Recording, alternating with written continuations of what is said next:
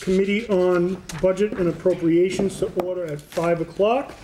So tonight, thank you for everyone who came down. Tonight's going to be the first of 4 nights of budget hearings and meetings.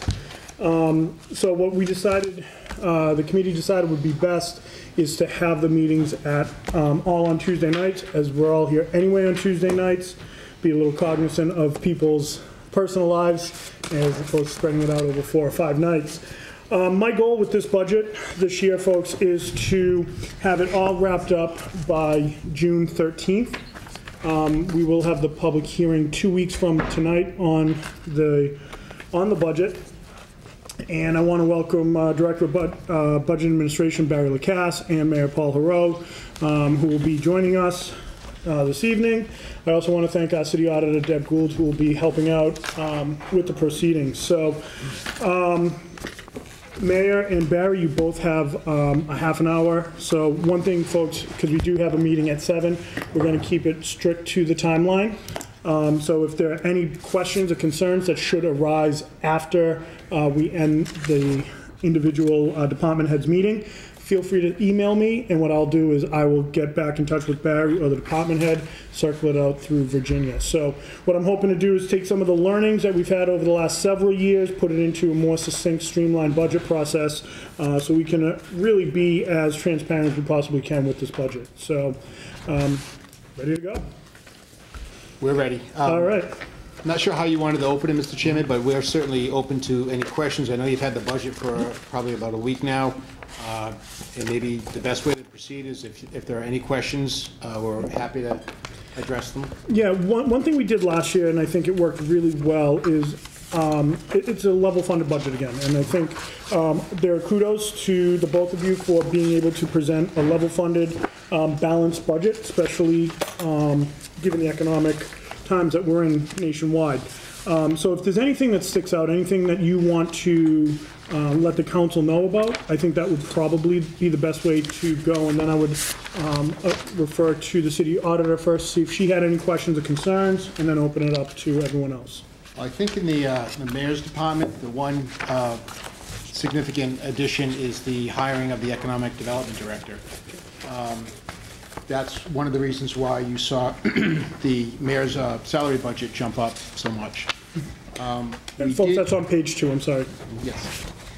We did agree that in order to keep, in order to balance the budget, certain things had to be, certain concessions had to be made. One of the concessions here is that we are looking to hire the EDD in October. So that trimmed down a few months of salary, but it also provided us with the flexibility of, if this council approves this budget with this EDD in there, then as soon as that approval is given, we will proceed with posting the job and beginning the interview process. That in and of itself does take a fair amount of time, depending upon how many applicants you have. So for those 2 reasons, we decided to fund it from October 1st through June 30th. Okay, great.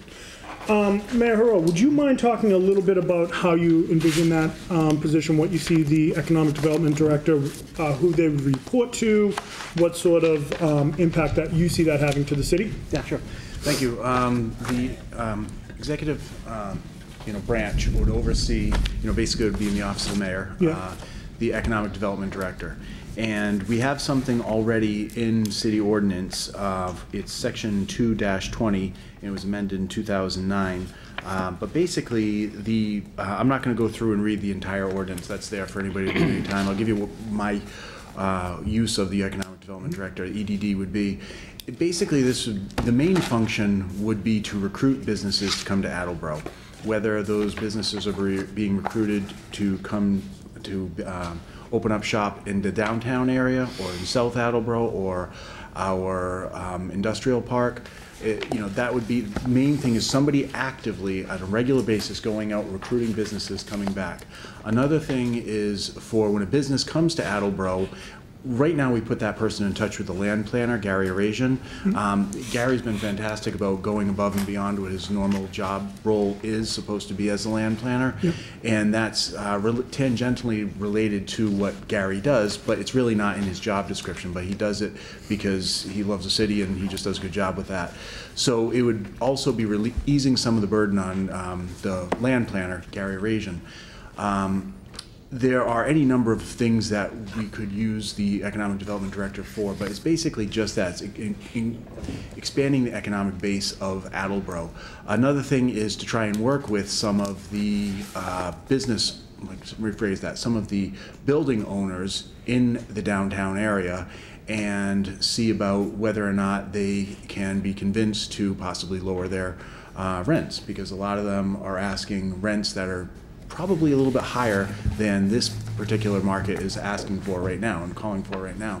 So those are three different areas that we could use an economic development director. You know, there's basically a lot of good that we can develop here in Attleboro, and we need somebody dedicated full-time. We used to have this position. I think everybody here knows how that unfolded back maybe around 2009 or so, and that hasn't been filled since then, but the return on investment from an economic development director is, it's well documented. I mean, they typically pay for themselves. So this is an investment in Attleboro by taking this money and putting it towards somebody who's hopefully can, bring back $250,000, $500,000, a year in revenues. Another thing we need them for is to work collaboratively with the ARA. So the hiring process would probably be me, the ARA, Owen, the personnel director, Gary Arasian, and maybe a couple other folks. But that would be the people that would be working with the EDD would be part of the hiring panel. So those are a couple of things I'm thinking, at least 3 or 4 things that I'm thinking we would be using the EDD for. Sure. After President Cooper, actually, Deb, why don't you ask first, then we'll go President Cooper, Vice President Parika, and Councilor Holmes. My 2 questions aren't specific to Economic Development Director. Barry, I didn't notice this earlier today when I was looking through stuff and going over things with you, but your detail for the employees for the salary, it looks like it's $424,000, but you're only asking for $412,885. Yep, so Can if you you... explain the 11,000? Sure. So the 11,000 is in a separate line, Deb. It's in salary part-time. Thanks. Okay, and then not to salary and wage, but your $200,000 for city solicitor. I know that there's an item coming down tonight for an additional $35,000. So It's a function. It's like it's like any other sort of line item like that. It's a function of the amount of usage. So we fund for $200,000. Sometimes we hit that mark. Sometimes we go above it. We're going above it in FY18. It's a point in reference. I know. Someone's disagreeing. Someone's not happy about that. That was ominous timing. Budgeting is sometimes a science and sometimes it's something else. So that's what we've decided to budget for this year. Sure. One of the things to realize about the city solicitor setup that we have right now is it's unlike in the years past where you have one in-house city solicitor. This is a little bit more costly, but we get a lot more per dollar, because the city solicitor works with law firm who then are able to tap the experience of a lot of other lawyers within that law firm. And as Barry had mentioned, it is a byproduct. The cost is a byproduct of usage, and this one solicitor and the firm are used by lots of different city departments. Thank you. President Cooper. Thanks. So, Mayor Hurl, could you maybe articulate some more measures of success for the role of the EDD? So, in 6 months, you would expect X, Y, or Z for that position, for that role. Yeah, the bottom line is whether or not new businesses are coming to Attleboro as a result of this economic development director. Because businesses are normally coming to Attleboro on a regular basis anyway, so we have a baseline, but are we going to be adding to that, and are these businesses actually going to be bringing in more revenues for the city? That's my goal, is to ultimately bring in more revenues. The more businesses we have, the more revenues we can have to work with. Then we can better service city departments, better service citizens, take care of more capital projects. That's the goal, but it's not just attributing every single new business that comes to Attleboro to this EDD, because we already have new businesses coming here, and we also have businesses leaving. We know what our baseline is, but above and beyond that, we could look at it in terms of how many businesses are being brought here, how many people are being employed, how much more revenue we're getting. There's any number of metrics that we could use. Those are all different, and they all have different value to them, but all are valid. Great, thank you. Follow-up, it's not a question, I don't want to get off the EDD topic if others have questions about that, but I think, Barry, it might, Mr. Chairman, it might be beneficial to the new councilors for you to review the first 3 sheets of the book. Sure. Expenditure, revenue, education reform calculation, and then your budget comparison by section, by department. Just very quickly, Barry, because I don't think we've all heard it. Let me get Big Bertha out here. So, of course, you have the mayor's budget message.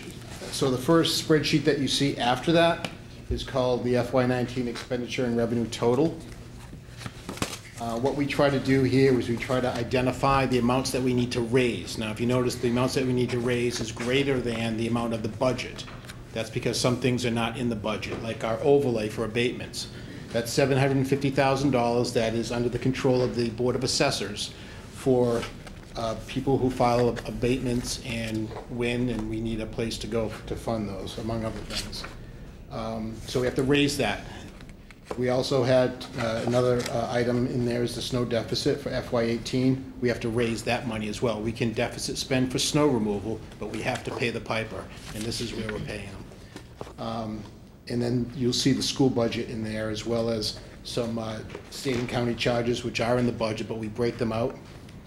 That's given to us under the cherry sheet. The cherry sheet that this budget was built on is the House Ways and Means. After we submitted the budget, the Senate came out with their cherry sheet, so things shifted a little bit. So we'll have to shore up later on. Estimated receipts. We now go into how we're going to raise this money. So the estimated receipts is a component of our state aid, which is again taken off the cherry sheet. That's the $45 million. Are you all familiar with how to download the cherry sheet from the Commonwealth of Mass? It's very interesting. There's a cherry sheet manual as well that kind of explains the different numbers on the cherry sheet. But if anyone wants a cherry sheet, just let me know. I'll email it to you. And it's called the cherry sheet quite simply because that's the color of the sheet. Originally it was, You're right, yes. correct. Not in It was a pink paper. We have some other estimated receipts. We have the water and wastewater indirect. We have the appropriation from stabilization that we're asking for as part of your budget votes, and that's to cover the snow deficit. And then we have our local receipts, the $12.4 million, which is on another spreadsheet. So we summarize the total receipts below that, which is that property tax revenue. We've factored into this year a property tax debt exclusion of $30,000. We think there may be a small debt service payment for the new high school. That is outside of our levy, of course, so we've accounted for it in the budget as a $30,000 expenditure. We have to account for it as a $30,000 revenue. Therefore, we're raising that as part of our spreadsheet here. The assessor, the chief assessor, has given us an estimate of new growth of $600,000. That's also something that we use to build the budget. And then the total of all those is $132 million that we have to raise. The next spreadsheet is really just a spreadsheet that hopefully identifies for you, it makes it easier to view all the educational related expenses that we have, coupled with all the revenue for education that we have. Don't know if you want me to go through it line by line, but I hope it I don't think that's necessary Okay. at this point. What I would suggest to the new counselors, if you do have questions on this, please forward them through Virginia, and I will funnel them up to Barry. The reason I say that is I don't want Barry to get inundated with the same question up to 11 times. The next spreadsheet, I had to make a larger version of because my eyes aren't very good. But anyways, you'll see under the FY19 recommended column, which is highlighted in the fourth one from the right, you'll see below, at the bottom of that, is the $132.6 million that we need to raise, which is the number that we just talked about. And then next to that, you see what the difference with each of those lines are compared to FY18 revised and the percent changed. And lastly, the percentage share of the amount that we need to raise that each one of those lines represents.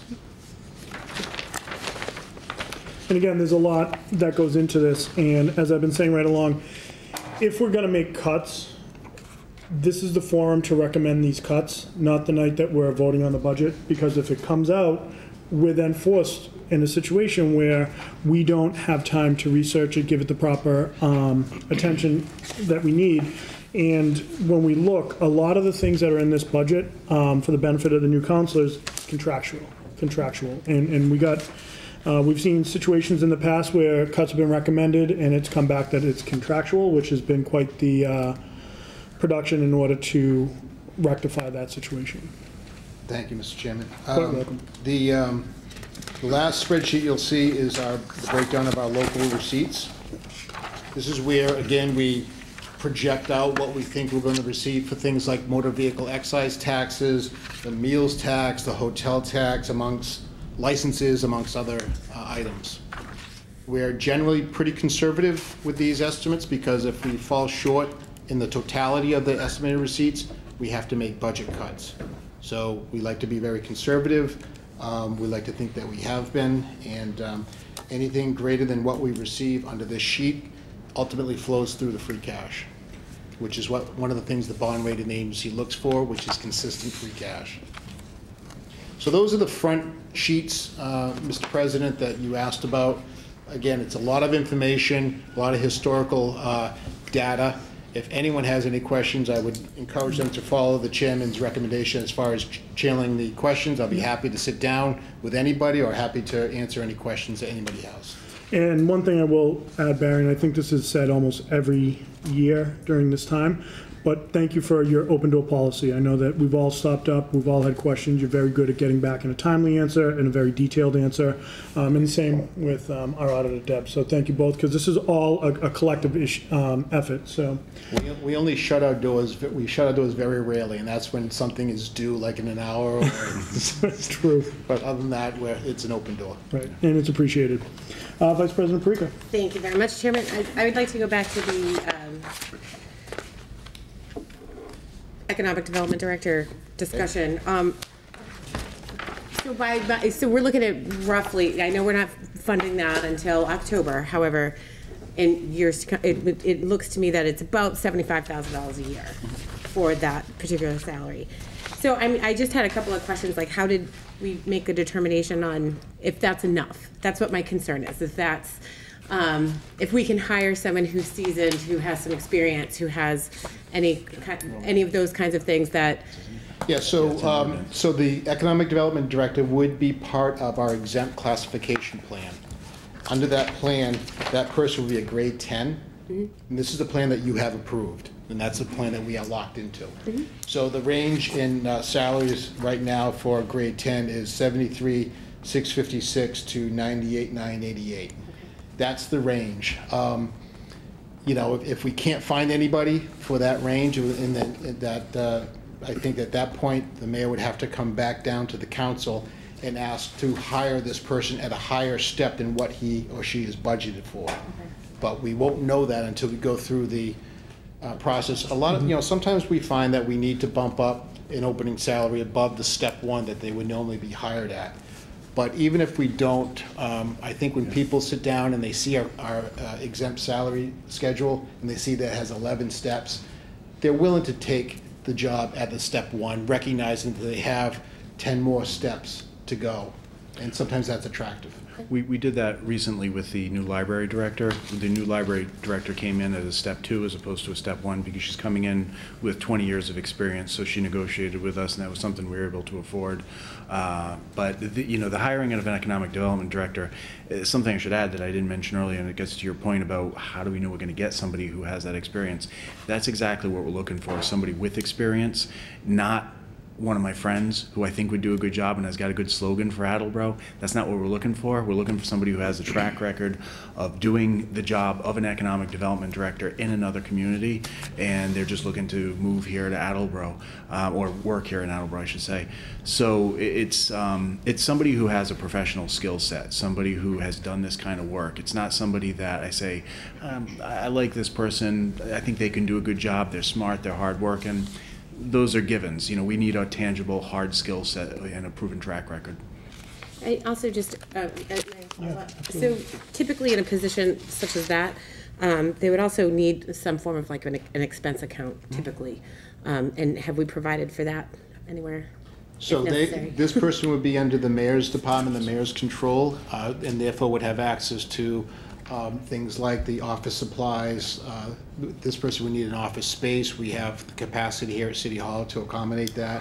So any funds available in the mayor's department would be available to this person as well. And I like to often point out that the planning department, Gary Arasian, he runs his department on $50 a year for office supplies. He loves when I say that because it's just, how does Gary do that? That's We a all mystery. know how Gary. We know how Gary does that. We won't say it, but we know it. I love how Gary does that. If I may just, it's not necessarily, I'm not, this is kind of like a elevated salesperson for the city of Attleboro. And so it would be my expectation that there would be some of the lifestyle things that take place when you're a salesperson, whether it's having to take someone out to dinner or like, is that anything that we've incorporated into this? No, we're not. Our EDD is not taking people out to dinner. That's not part of the job. It's no whining and dining to try and get businesses. It's based on the merits of, the proposals that we're offering them and they're offering us. So in the private sector, that certainly goes on, but I don't want that to go on under my administration. Okay, What, fantastic. along those veins, that same vein, what about a travel expense? We do have a travel expense within the office of the mayor. Yeah. It's also in citywide, I believe it's one of the two. Sure. But there is travel expense available for that. And you're absolutely right. That is something that would require travel, somebody going places. Yeah. As with staff development, we Sure. provide money for staff development to take courses or to attend seminars, things like that. Good. Thank you. Sure. Absolutely. Okay, so if, just a polite reminder, this was something I was looking, I know that we have a discharge from the stabilization fund, but in past years, we make an appropriation to the stabilization. $282,000. Okay. That's going on now. 282,000? Yeah, in so this budget. you won't see that in the budget. What Right. you'll see that in the fall when free cash is certified. That's what I thought. Yeah. Thank you. It's planned for, though, with what we're doing, and ideally, I'd even like to increase that if we can afford it, if the Economic Development Director does what I hope, which is to bring in more revenues, increase that maybe to $300,000, because the more we can put towards stabilization, it only helps our credit rating. Thank you. Great point. Thank you. Council Holmes. Vice President Pregat got one of my questions answered, but one of the other things I'm wondering about, just to get back to the metrics, so it sounds pretty open-ended in terms of, well, if they bring businesses here, will there be a formalized process though, so we can really make sure that this is okay? Yeah, like I said, right now we don't have an economic development director, and so I'm not going to invest the time into looking at what the base rate is, and then compare that to what we're getting with an economic development director. But that data is available. It's with either the planning office and the assessor's office. Actually, the assessor's office has that, because they know exactly who's paying taxes in Attleboro. So that's one metric. Also, unemployment rates is another metric. It's a little bit complicated though, because we have to rule out third variables and attribute it to just the economic development director. There are ways to do that, probably well beyond the time we have here to talk about, like how to properly do that. That's like it's a research methods question. Council Hall. So I'm looking down this budget, and I've highlighted all the negatives on here. And so I guess my thing going forward is going to be, I understand to get certain things, you got to move money around and take it from other places. So I'm gonna be a little bit concerned as I go through the budget at these other places that have negatives to fund some of these other things that we have going. I understand you have to take from some other places, so I'm not sure as we go along. I look at everything in whole as a pie, and as you move pieces over to one side, somebody gets a smaller piece. So I guess I'm just gonna say at this point in time, I'd have to really be convinced that that's the most important thing we need besides some of these other things I see deficits of, so What's the most important thing we need? to have another position. Oh, an economic, it's an investment. It's an investment that's gonna give us more money in the future. I mean, it's, unless you're hiring somebody who's not producing their returns, that is the experience of communities all across America that have an economic I development get it. director. Wonderful, but I still see some places that I'm a little concerned about, I'll have you know, right off the bat. Yeah, So, I get that. Council, what I would ask Council Hall, and I think it's a good point in terms of, and we talk about all the time, the pie and the slices of pie, and I shouldn't be talking about pie this close to dinner, and I'm hungry. However, what I would ask is if you have specifics, feel free to email them to me, and I'll work with the mayor and Barry and try to get those answered. Speaking of pie, if we keep Attleboro, that position vacant, the pie is only gonna grow, at the normal rate it normally grows. Sure. Hiring an economic development director, we're gonna get a bigger pie in the years to come. That's the idea. So we'll have more to work with. It would actually be very short-sighted to try and cut that from the budget when the returns produced by an economic development director are only gonna help us more in the future. It's your opinion, thank you. Council, if I could just follow up on that. Yeah, of So course. I understand I think I understand your concern, but can you give me an example? Are you looking at the budget book that we submitted? Yes, I'm looking at the budget. Can you just give me an example where you see a negative? I see a huge negative going down in veterans, Okay. So that would be the Veterans Aid, and for then I see example. another negative going down on the Council on Aging. Am I mistaken? Well, we have both the Veterans and Council of Aging scheduled for tonight, so I think that would probably be a more apt time to ask those questions. Yes, I Sure. see a bunch of them. I've highlighted all my negatives, and I've highlighted something that I thought was unusually positive, so I'll be looking at. Sure, I just wanted to make sure I understood what you were looking at. I'm gonna look So, at outliers. Thank Thank you. you. So what I would say is, as far as the economic, the EDD is concerned, this is something that, since I've been on the council starting in 2011, I've advocated for something very similar. I would be very interested to sit down with you, Mayor, and speak a little more in depth about not just the metrics, because I think the metrics would be important, but what are some of the attributes? Are we comparing it to a position in a similar city, similar municipality? Because I think this is something that we could certainly use in the city that I've been, and Council Conti and I have been beating the bandwagon for this for years, so. Council Holmes, did I see your hand go up? Just to go off of what you just said, I agree. I think that when I've talked to Gary, he has mentioned that businesses have come to him and he's often overwhelmed, and at times it seems like he could definitely use some help with this. He's basically been doing it on his own. How will the planning department work with this person, I guess? How will they work together? That's probably a better question that you would ask planning department, because Gary has experience working with an economic development director in the past, and the planning department, they do a lot of the they work with the zoning board, they work with the planning board, they work with the conservation commission, they do that already, and so the economic development director is also going to work with them, but that's one of the things that we're going to be doing is removing some of the things that Gary Arasian currently does and reassigning those to this economic development director, which, as I noted, it's a position that we have, we just haven't funded it. That comes to the detriment of Attleboro. Good conversation on this topic. What I want to do is we only have 2 minutes left. Is there anything else you would like to add about citywide, budget and admin, or your own budget? Just want to remind you guys about a 45-day rule. We've incorporated that one. He's got jokes, it's good. I've incorporated that, which is why I wanted to wrap this up by June 13th, which would give us 9 days. Incorporated a cushion. I did, to ensure that we know that. And we're all, the 45 days from last Tuesday, which was May 8th, is June 22nd. Good. So I think we all have that date circled in red. All right. Thank you for coming down, Mayor. Thank you, guys. Mr. Chairman, I noticed that on the schedule, you had budget and admin lumped together with mayor and citywide. I would just ask that we discuss budget and admin during the MIS portion. Is that all Sure, right? Okay. absolutely. Thank you. Thank you. Okay, thank you, guys. All right, good discussion. So any other questions on that, certainly forward through me and we'll get those answers. Yeah, All right, and so now we have Laura Gignac, our city treasurer, coming. Good evening. Good evening, and the treasurer, I believe, is 13. 13. I had a sticky with everything on it, it fell off. So, Laura, what we're doing is we're just asking, really it's a chance for you to talk to the council about anything that's changed in your budget year over year, anything you think is important for us to know as we go forward, and then we'll open it up for some questions. Okay. Honestly, my budget is pretty straightforward. Everything in my budget is for things that we need, like 1099s, W-2s, divisive credits for direct deposits. Professional services is for Mike Siddell for tax title.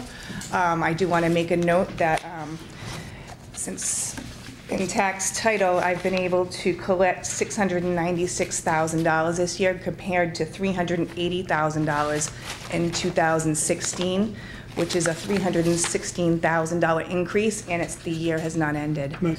Would you mind, sorry to interrupt, would you mind just giving a quick overview of exactly what tax title is and what that number truly means? Absolutely. Great, thank you. Tax title is when a resident has not paid their taxes, current taxes, and they, if you would say, get lifted up to the treasurer's office for previous years. Part of those taxes could be utility liens. It's real estate taxes, and it can be utility liens, at which time they owe the city of Attleboro back taxes. At that point, I try to work with those residents to see if we can get them on a plan to pay it off in a timely fashion. Sometimes that can happen, and sometimes it can't. These properties are either residential or commercial properties. There's a mixture of both. And it does take a lot of time and effort to sit with these residents and try to find out what their financial situation might be to try to work out a plan with them. Right. Since I've been here, I've looked at every file. I've gone consistently with sending letters, working with people, calling them in, really kind of taking the time to try to work with those people. Great. Unfortunately, some people you can't get a hold of. Someone may have passed away, you might have a piece of property. There's a lot of different situations where you need to have the legal services. I can tell you in 2017 I received a letter, and remember that is part of the fiscal 18 year, that we had 14 tax titles that went to, that I had sent to Mike Siddell, and I was able to collect an additional $152,000 that if I did not send those to him, we would have, it would have been harder for us to collect those funds. I'd also like to point out our redemptions are down greatly. We have 236 tax title properties. When I started, there were 388. We have greatly reduced that amount. Every year in November, new ones come up to the treasurer's office, which add to that amount. So we have been able to greatly reduce that, which is also part of our recordings line. That's where I have to process all the redemption fees and all the foreclosure fees. So it is quite costly to do that. A foreclosure alone is $515 just to file it, never mind the $75 that goes with it. Okay. And it's $76 per redemption. So you can see how important that is to keep that line item. Right. Speaking of redemptions, I noticed revised budget for fiscal 18 was 18.5. This year it's 15. Yes, because that means I transferred money into that line item because I needed additional funds. Okay. So I did actually move money from one to another because I've redeemed so many. And I'm actually going to be right at the wire this year. Okay. I probably will be very close. Okay, so that's something to keep our eye on. So, yes. But it's not the worst problem in the world to have. But I did need to transfer funds into that account because of the amount of redemptions that I have. And that's a great problem, actually. Yeah, absolutely. Thank you. Does anyone have any questions in regards to my budget? My meeting. No, I'm just kidding. Councilor Hall. I just want to say, Laura and I have talked about this for a long time, and the efforts that we worked actually a case together on it with a gentleman, and the extraordinary efforts that she's put in trying to collect down some of the back taxes that people owe and Great. that sort of thing. So I commend you for that, and thanks for explaining all that to me. So thanks for you. doing it. My Thanks. pleasure. Again, Laura's part of the Open Door Club, so certainly Yes, appreciate that. absolutely, anytime. Deb? My only comment to the council would be relative to the Medicare tax, which Yep. is a function of payroll at 1.45%, everything that's paid out. So historically, what happens is close towards the end of the fiscal year, the account has to be sort of reviewed and assessed, and it's not uncommon for additional funds to be requested. I did check Barry's number. I think it's more than reasonable for what was budgeted Yep. in salary accounts, but things are, Barry is, never gonna know how much money goes out the door in police details. Right. So as a random sample, I checked that this year, and that was over $1 million has been paid in police and fire details. So that equates to like a $16,000 item that would never be budgeted. So the other thing is that as contracts settle, collective bargaining agreements settle in fiscal end towards fiscal 18 or in fiscal 19, some additional funds will be required for the Medicare tax, whether it's funded as those things come down or later in the year as we typically do. It's just something I wanted to make sure to point out. I mean, you'll see that the current revised budget for 2018 is $343,500. That reflects the best guess that I believe the city treasurer and I had about a month ago when we requested through Mayor Hero additional funds. So it's not something that is fixed. Right, absolutely. That's correct. Good, thank you. Thank you very much. Any other questions for the treasurer? You look, and I mean, it's very modest increases across, but, keep up the good work, and, we look forward to working with you throughout this year. Well, thank you very much. Good job. Thank you. Thank you. Have a wonderful night. All right, and next, as he just walks in, we invite Ken Bodisher up, our veterans agent. Thank you, Chairman Delizio. Good to see you, sir. And for the record, I'm just walking in because my scheduled time was 5:45. Oh, no, I'm saying it's perfect timing. I was actually watching on ACS and I knew when it was due. Smart. So I've got a couple of handouts here just to kind of help talk through the budget. Page 50, we're on page 51. Good to see you, sir. Thank you. Thank you so much.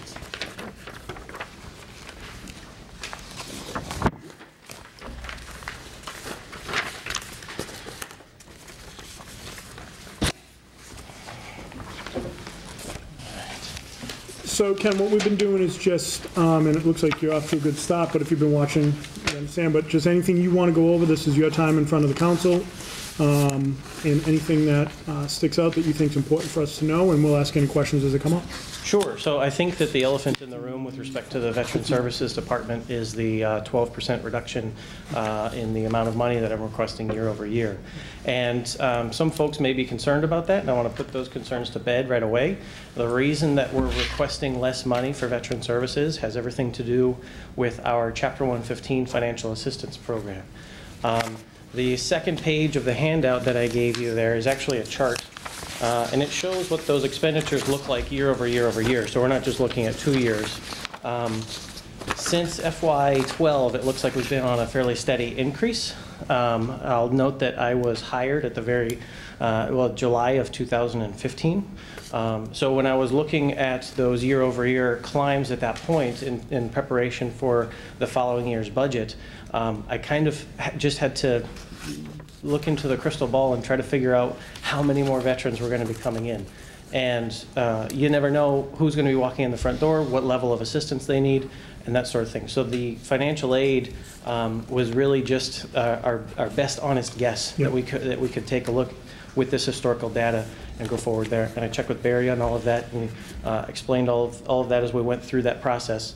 And what we've found is that as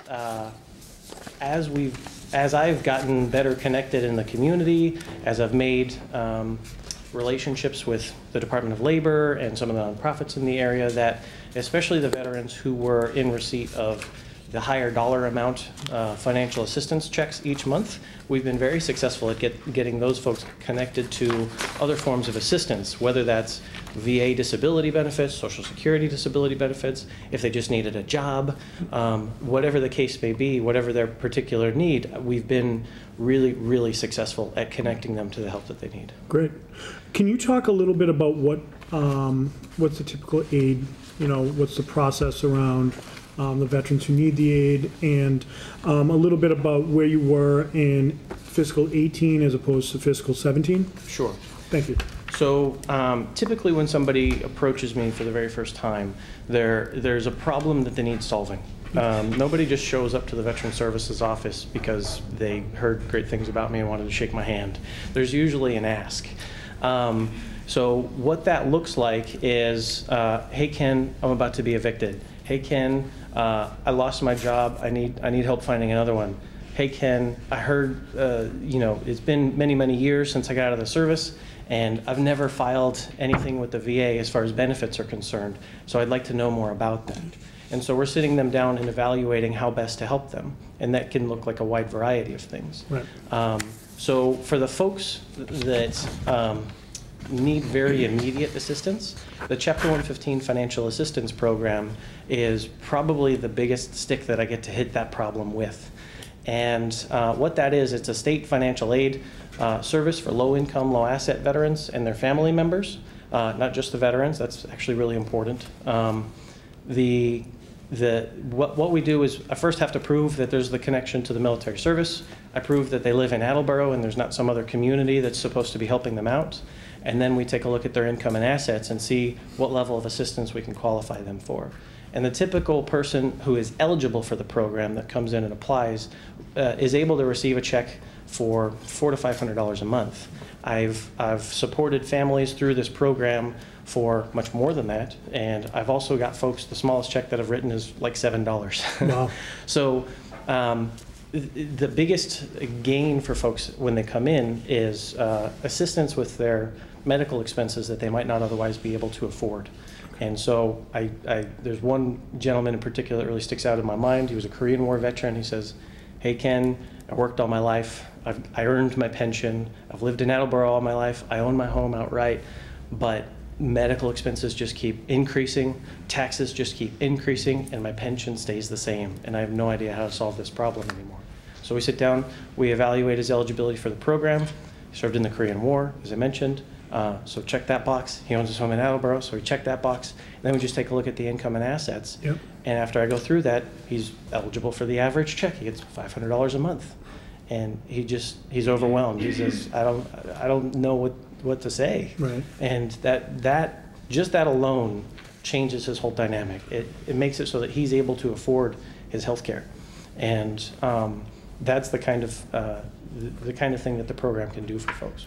I think that's amazing, and the job that you do, you've done an amazing job, and really I think you've established the veteran services in Attleboro amongst the best in the state, if not the country, and it's good to know that we have someone like yourself who's taking care of those who took care of us. So that's great explanation of really how the veterans benefits work. So thank you. Thank you. Do you have a question? Just a follow-up. I want to make sure everybody understands that the veterans benefits that we're talking about, 75% comes back on the cherry sheet in a subsequent fiscal year.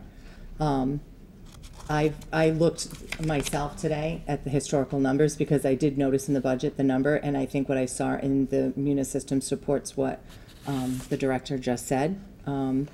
Having worked with Ken for a while now, I've also been able to kind of get a better appreciation and understanding for the services that they're able to provide, but also the,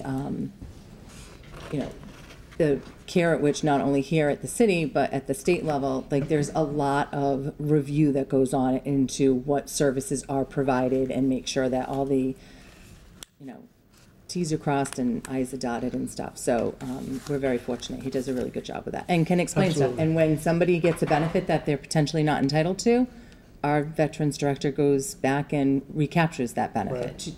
Excuse me. So, they're good stewards of the public trust and money. Absolutely. So I just wanted to make sure to mention that. And I think we'd be remiss, too, if we didn't mention the work that Connie does in your office as well. Absolutely. Absolute true asset to the city. I couldn't do even half of what I do without her help, and she's on vacation right now, and it's not fun. Separately, can you just see me tomorrow about retirement dates in the budget book? I want to double check those dates with you. Absolutely.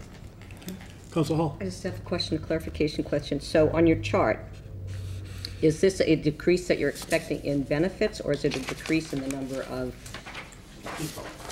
It's a decrease in the number of people that we're servicing with the Chapter 115 benefits, because we've been able to give them access to means of assistance outside of the city's budget. Mm-hmm. So you had a population that you worked with for a period of time, and I think probably, and correct me if I'm wrong, how many kind of come in and out? I mean, you have to have some coming in, you have to have some coming out. Yeah, so the folks that come in, I would say I take applications. I apologize I didn't grab this number in advance of it, but my sense of that situation is I'm taking Chapter 115 applications at a pace of about 5 or 6 a month. And we've seen pretty steadily folks will come off of the program at about the same rate. The difference is that the folks who are in the highest level of need, by that I mean the folks who receive the largest checks through this program, I've spent additional time on helping them out, because if the only thing supporting them is the Chapter 115 program, it's almost never the case that there's nothing else out there for them. Mm-hmm. So we sit down and we try to solve that problem and figure out what else is out there that can help them out. Thank you. Council Reynolds. So I'm just going to give kudos over here to Ken, because when my stepdad passed away, Ken was remarkable in helping me get my mom the things that she needed, the services. And I don't really know how anybody would be able to get through the red tape by themselves. It's like, it's incredulous, the amount of work and the paperwork and trying to understand it all. And I just go in and Ken, he bust right through it, and it was wonderful. So I appreciate it, and I think he's very deserving of all the accolades. Absolutely. Thank you. Council Hall. Yes, can you just make a comment where somebody wants to get that book on all the benefits in Massachusetts, where they can get one? Absolutely. So that's a great plug. The Secretary of the Commonwealth publishes a 62-page, what we call in the military a pamphlet, but it's actually a book. And it's a list of all of the benefits that are available to veterans who live in Massachusetts, over and above what they may be familiar with at the VA. And it runs the gamut from additional educational assistance. Just about all of the veterans that I deal with have heard of the GI Bill, but not all of them are aware that public institutions of higher education in Massachusetts will also offer tuition waivers on a space available basis. So there's a lot of things that Massachusetts does that reinforces the VA benefits like that, or offers benefits that simply aren't addressed by the VA. So when I'm working with somebody, we always start at the federal level, what's available to you at the VA, because there's very clear pathways to making sure that folks get on that, and it usually takes the longest too, so we want to start on it right away. And then we evaluate what's available to them at the state level, and then if neither of those have addressed their particular issue, then we evaluate what's available here in the local community that might be able to help them out. Terrific. Council Dolan. Hi, quick question. So the 12% reduction is due to your experience, your knowledge, your connections. That's what you said in the beginning, right? So the more you know, the more that you know what's available, they use our city services less. Is that what you were saying? I would say that's a fair assessment.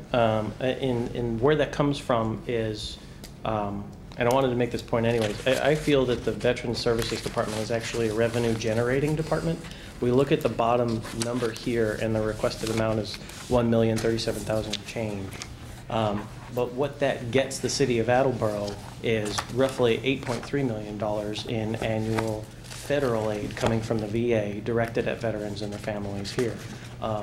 And in addition to that, you touched on the state reimburses us the biggest line item there at a rate of 75%. So I've requested $865,000 in veterans aid, but we expect to spend a little bit less than that, because I need to have it available for whoever walks in, but I don't expect to go right to the wall with that amount. Moreover, whatever we do spend gets reimbursed by the state at 75%.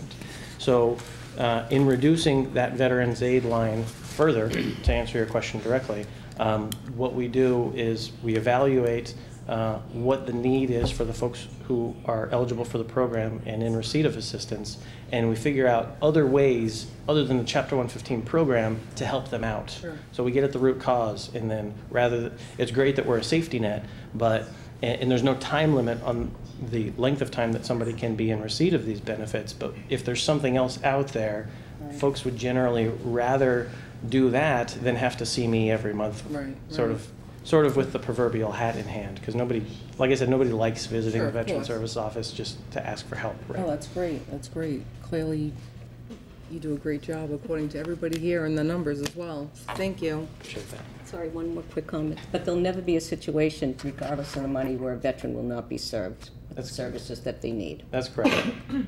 Thank you. And if I could just add just a couple points. First of all, I just want to add my voice to the long list of people who give Ken accolades. Recently in my family, he stepped in and helped out unbelievably. But I also want to say that Ken is not only good at what he does, he wants to keep moving the city's Veterans Department forward. And so you'll see in his requested budget and the mayor's recommended budget a line item for maintenance of software for $449. Ken came to me and the mayor and said, listen, I know about this Veterans Aid Submission Program that's available. It's a little money, but it's going to help his office be even more efficient than it already is, if that's possible. So I just wanted to point that out, that's a very small amount of money that I think is going to reap very big rewards for Ken and the people he services. Some of the technicals behind that, if you're curious. Yeah, absolutely. What the software does is, and I explain this to anybody who visits the office and applies for VA benefits, is that I'm not the VA. I work for the city. Right. I serve the city's veterans. And so folks often are confused about that. They'll visit my office and they'll think they're talking to somebody who works for the federal government, and I'm the VA, and if they've got an issue, I'm the guy they want to come beat up on. Sometimes I need to clarify that. So in submitting claims for whatever benefit it is that they're after through the VA, every veterans agent throughout the Commonwealth is together considered a service organization that is recognized by the VA. And this service organization is handled by the VA, not unlike the VFW or the American Legion or the Order of the Purple Heart or the DAV or any of these other service organizations that you may have heard of. What that means is that the VA will talk to us after the claim is filed. So the state supports us in that, to that end, by employing 3 personnel at the VA regional offices, 1 in Providence and 2 in Boston. We're closer to Providence, so I work with the guy there.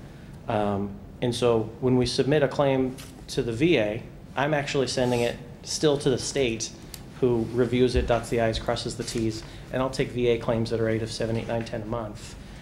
They're handling all 4,000 concurrently across the Commonwealth between the 3 of them. And so what this software program will allow us to do is I'll take the claim digitally rather than on paper and sending it via fax or via snail mail. We'll take it digitally, you'll have an electronic signature pad, and they'll sign everything right there in the system, and it'll plug right into those state service officers' records that way, and it'll just turn around quicker. Moreover, every VA form asks you a lot of the same information. What's your social security number? What's your name? What's your address? What's your phone number? Who's the veteran? Are you the applicant or the veteran? And so it establishes these things because you don't need every form for every VA claim. And if that piece of paper gets separated from the claim file for whatever reason, they need to know how to marry it back up to the actual claim. And so in taking any claim, I have to fill out at least a minimum of 4 different VA forms typically, but a lot of the information is redundant. Right. And so when I'm sitting with a client who wants to file one of these, there's a lot of me pecking away at the keyboard while they're staring at me and asking how I type so fast, but that's neither here nor there. It's from doing so many of these. Right. So this software will auto-populate those fields that I've already filled out on previous forms, and it'll plug it all directly into their system so that there's no lag time waiting on the fax and somebody else entering the data, et cetera. Okay, great. And then finally, Mr. Chairman, there are 2 other new line items for Sure. the Veterans Department this year. One is repair graves for $2,000, and one is vehicle maintenance for $750. So, Kenneth, you want to address both of those? So the repair of graves and memorials, we haven't historically asked for any money in that line item. I don't know how far back the account was established or when the last time it was funded, but there are memorials in the city, and what that $2,000 mark figure represents is the Attleboro Honor Roll on the Veterans Memorial Common just across the way here. It needs cleaned up. It needs power washed. It needs attention, and that $2,000 is going to help us do that. And so I'd like to start evaluating each of the memorials in the city. There's 29 different military-oriented memorials throughout Attleboro, and I feel like if I went on an investigation expedition, I could find more that need attention. I'm sure. Good. I know this one. Would you like to take the last couple minutes and talk about any upcoming events? I know decorating the graves, putting the flags out. Anything else that you'd like to discuss? Absolutely. So I've shared with the council, I've shared on social media, and I was recently in the Sun Chronicle asking for assistance with the graves.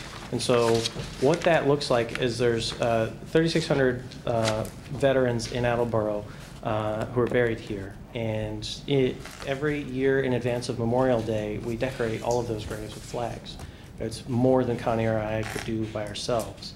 And so we ask for assistance. We get a strong core of volunteers, and we were hoping to share that experience with more folks this year. So I've got an entire schedule. I don't know if I want to drag you through all the times and dates, but it's happening this week.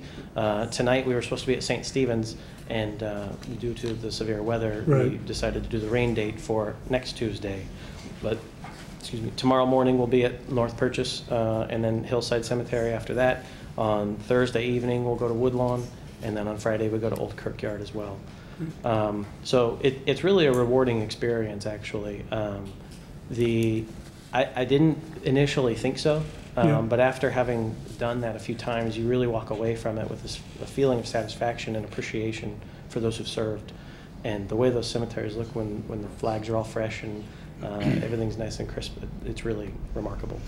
I've had friends who either are coaches or mentors to youth groups or just citizens who have said the same thing. It's truly overwhelming, and keep up the good work. I think it's amazing. And you're right, it really does send a pretty strong message of appreciation. Probably the strongest message of appreciation that we've sent in recent years was the Field of Honor that we stood up at the Veterans Memorial Common. And the idea behind that is we planted one flag at the Veterans Memorial Common here in downtown Attleboro, one for every veteran whose name appears on the memorial there. So 7,442 will be going up this year. We purchased all those flags last year. They're only able to be displayed for a week due to the lawn care requirements. But we saved them all, and we plan to redeploy them starting next Wednesday at noon. So not tomorrow, but the week following. I think it's important to know with those memorials that we still have people who are alive whose names on there. Yes, and, they're not all deceased. Absolutely. Yeah. So it's pretty powerful when you see someone. I think of our friend Marty Clapp. To see his name on there and hear him tell the story that one of those flags is for him. Yeah, it's truly emotional. I agree absolutely. So, anything else for? I was going to say, is that on the city website as well? The times. I know I've seen it. Double check that. Yeah, I've seen it flying around and other things. I haven't personally reviewed the city's website, but I will. I will make sure it's on there. That'd be great. Yeah. I was just wondering. Well, Ken, it's always an honor. Thank you for your service to our country, and thank you to the service of our veterans here in the city. Thank you. Thank you. Thank you. Nice job. Thank you for that explanation.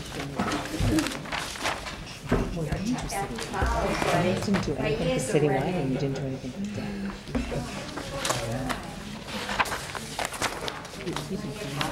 Oh, it did? What is that? I mean, I could. You guys taking a break? No, Heather just had to step aside. Get up and walk around. All right. I'm just gonna pass. Hi, Darlene. Thank you. Good to see you. You too. Oh, so. We are on page 49. We don't. Revolving fund. Okay. Well, hi, Barry. How are ya? It matches up. Always a pleasure to see you. Yeah, for some reason my ear is ringing tonight. I don't know what happened. I can't hear you well. I'm telling you, ignoring people lately. I don't know if you noticed. Thank you. I said, yeah, right. And, Touche.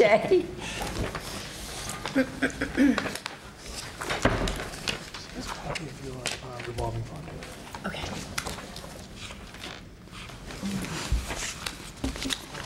Budget season is also known as still fire season. Thank you. This is the revolving.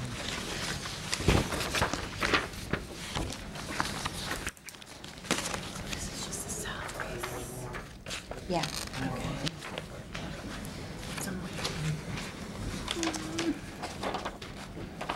All right, and we are joined by our friends from the Council on Aging, and I've seen you in the back there. So, as you know, Madeline, we're just anything you think we should know about. Yep. I just passed out a copy of our of your revolving fund. If there's anything in there that you'd like to discuss.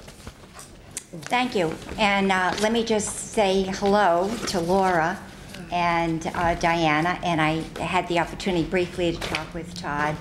It's a pleasure to have the opportunity to work with you folks. Although we haven't gotten to know each other, I'm sure we will very shortly. You know, it was interesting because I was sitting here, my ear is ringing. I apologize, I don't know why it popped. As I was sitting here listening to Ken, a lot of what he said, I could actually be sitting here and replicating. One of the comments he said is, you never know who walks through the door and what they need. Right. And that's what we see pretty much every day, day in and day out. We have approximately 8,000 seniors in the city currently, and last year we serviced well over 4,000 of those seniors.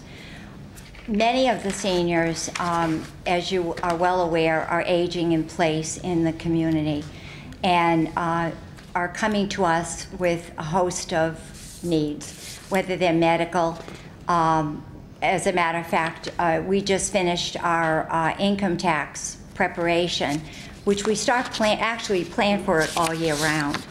We recruit retired financial planners or people that have financial expertise to work in our senior tax work-off program so that they are willing to take the time to be trained. I don't know how long that training is, but it's quite a commitment. Yep. And they in turn provide hours of free preparation for our seniors.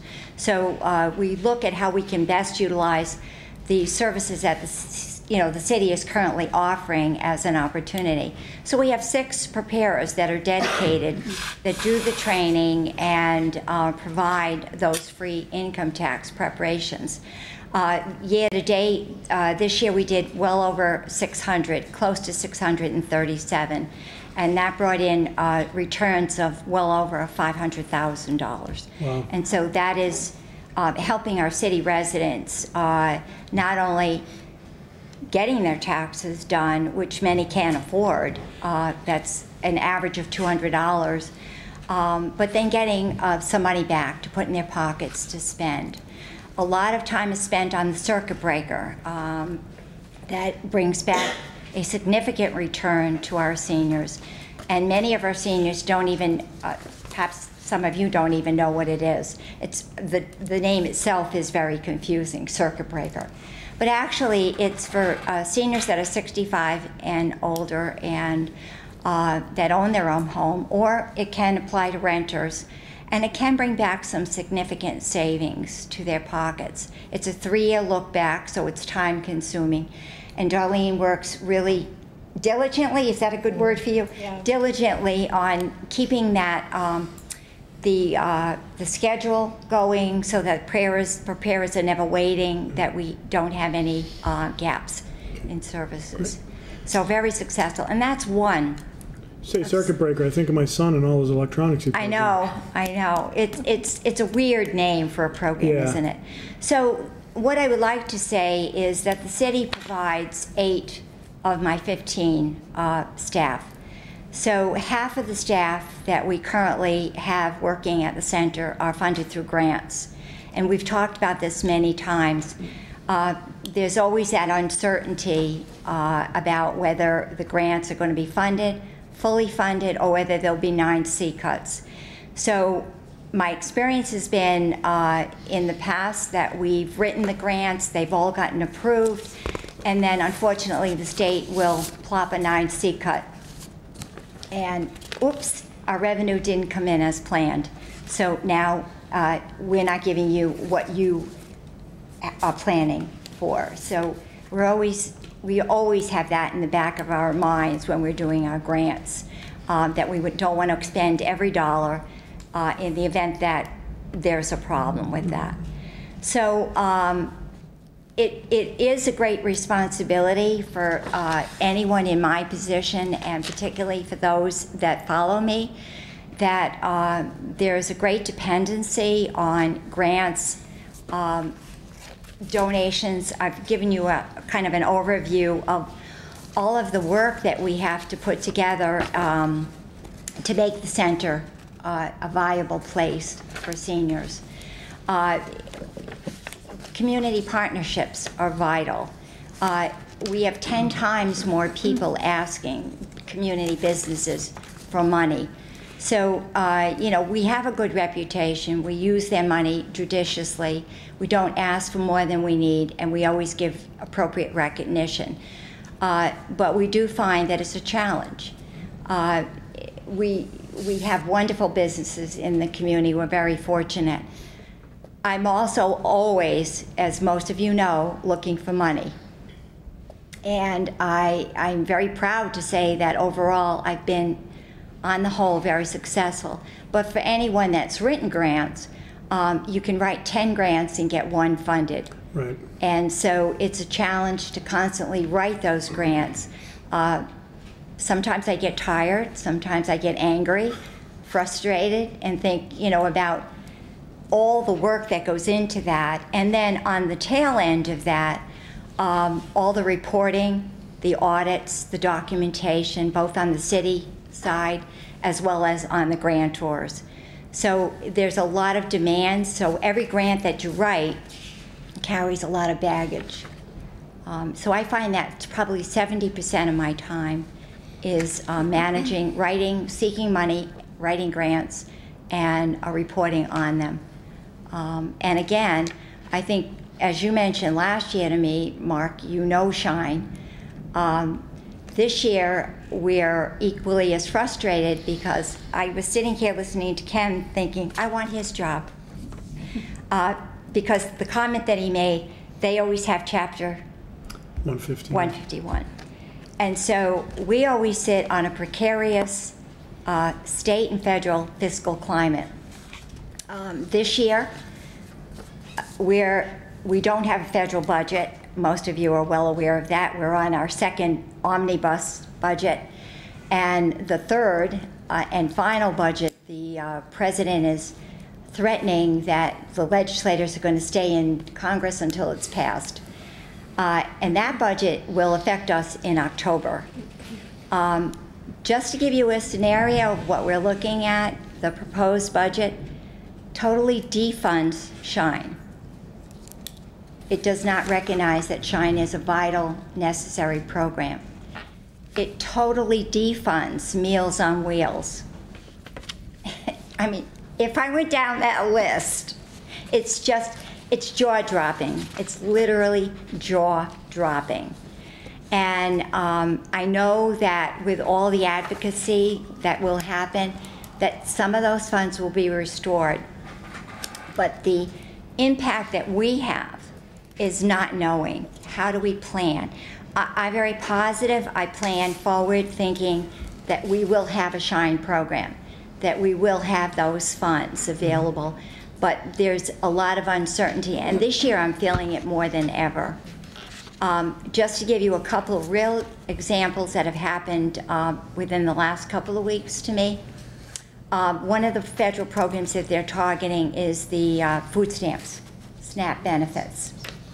So we have, my 2 outreach workers have specialized training in accessing the DTA website.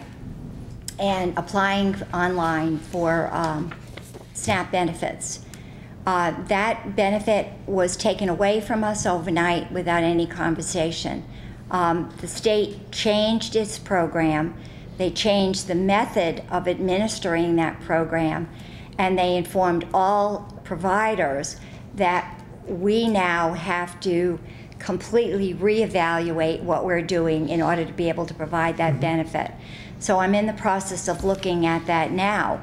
But that's what we're finding. What we have always worked with for a vital program for our services for our seniors has dramatically changed, and very often with little notice. Another one.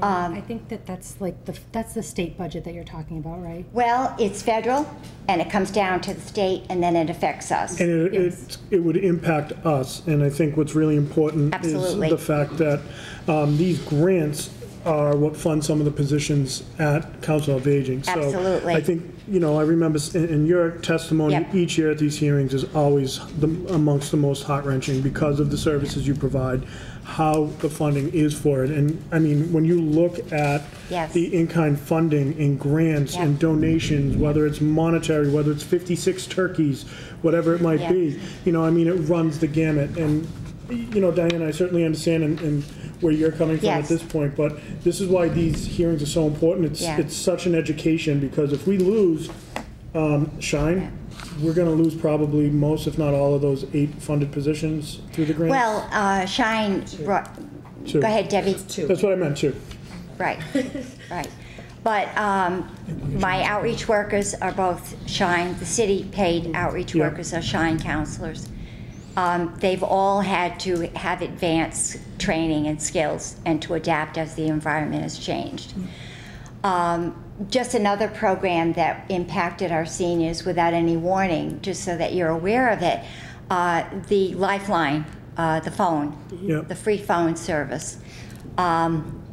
Without any warning, without any notice, we had a sundry of crisis calls and visits at the center. The government had determined that there would be one Lifeline phone issued per address. And we have a lot of seniors that live in rooming houses that all of a sudden, all their Lifeline phones got pulled.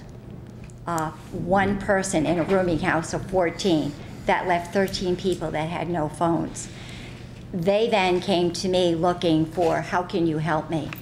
So that then became a grant to buy track phones, to buy cards, to get these people through a crisis. So, again, it's, I wanted to share with you some of the daily stressors that we do feel. We do have a phenomenal staff, and everybody, as you well know, that you've worked with us on many different levels, everybody does what needs to be done to get the work done. Right. But I would caution that moving forward, you all are aware that in 2020, when I said that a few years ago, I thought 2020 seemed far enough away that it wasn't a problem. Our population of seniors in the city is doubling. We will have 13,000 seniors. And 13,000 seniors will definitely increase the demands on our services and our ability to service those individuals. Especially if these grants are taken away. So we are up against the time, so I want to open it up to Yes. questions. But thank you for that in-depth May I add one more presentation. comment? Yeah, Just of one course, more. and then we'll get to President Cooper. Okay, Absolutely. I did want to share another concern, and I apologize. It's an opportunity to at least express some of the things that we have going on. The debt exclusion. We're all aware about the debt exclusion and the impact that it will have on our seniors. That again is 2020, when the first debt exclusion will be included in the tax bills. That gives us a short window to look at the services that the city offers, what options we have to provide alternate services. And I would just ask that you all be aware of the fact that that needs to start sooner than later. Time flies, Sure. doesn't it? Absolutely. Thank you. President Cooper. I just wanted to make a comment that Yeah. there's 115 hours per week of hours funded through grants at the senior center. Yeah. So that's through grants, funds 115 hours of staff time. Thank you. I never looked at it that way. I just quickly added it up. Kudos. Nice work. Deb, anything you want to add? Just a couple of things, if you don't mind. Not at So all. the Shine grant specifically, that's the one of greatest concern. Yes. So everybody can see on page 2 that this year's funding for that is $75,285, Yeah. this year being fiscal 2018. Yep. So not only would you lose potentially those employees, you would lose the services that those employees, that $72,000 doesn't tell you the service that they're providing. If, for everybody's edification, if a grant goes away for an employee that qualifies, we as a city would still be responsible as self-insured for the unemployment tax, okay? Excuse me, unemployment insurance tax, whatever you want to call it. We would still have to pay that for people that are not providing services. And then the abatement that Barry spoke of earlier on one of the items that is not in the budget, the overlay for abatements. The overlay for abatements is the account that is charged for the senior tax property program. That's on the final page of Madeline's handout, the $77,250. That represents the 119 participants in that senior tax abatement program. The senior tax program listed in her budget, just over, it's line 2 of the salary, I believe it is. Line 3 of the actual, but line 2 funded, the $7,758. That's for the Oprah cost and some other incidental costs associated with that program that cannot be charged to the overlay. But by rules, the predominant charge is to the overlay. So that's funded, so to speak, on the overlay for abatement page. And to Madeline's point, I know that there have been meetings begun relative to opportunities relative to what can and can't go on a tax bill and that kind of stuff associated with the debt exclusion for donations. Yeah. Thank you. So we are up against the clock right now. Okay. Sure. I just wanted to say I really do appreciate everything you do. I think my point is that there's just federal, state, and we want to be supportive as the city. I think that there's new business coming forward to definitely help the seniors. And I have to say, the Shine, anybody that's becoming a senior is... No, you just blinked real quick. That's it. Anyone that's a senior would need a Shine counselor. We're going to need them one day. They help with Medicare. They help figure out what is the right Medicare plan for you. This system has gotten so complicated without the Shine program. They do a lot. So I just wanted to say that. So Thank you. Okay, I'm going to end with Vice President Parika. We still have 3 other guests that we have to get to before our real meeting. Just real quick, it's always a pleasure having you come in. Always love to see you. Thank you. Your tenacity and the advocacy that you have for the seniors in our community is to be admired. And, you know, whenever I bump into you, I'm like, okay, here we go. She's a force. Let's go. I identify in you something in me. So Thank you. I'm And happy thank you about for your that. time. As always, and thank you for not making us cry this year. Yeah, seriously. But yeah, no, keep up the great work. There's many seniors that rely on what you do, and you guys, are amazing and a true asset. So thank you. Thank you. Stay dry out there and be safe. Thank you. Can one of you follow up with me tomorrow? I want to talk to you about one of the longevity dates. I need to check on something with you. Okay. You might owe somebody. good call. I'm not sure. So President Cooper, before you go, I'm going to recess for about 5 minutes. So I would entertain a motion to recess. All those in favor? Aye. We are recessed. right now.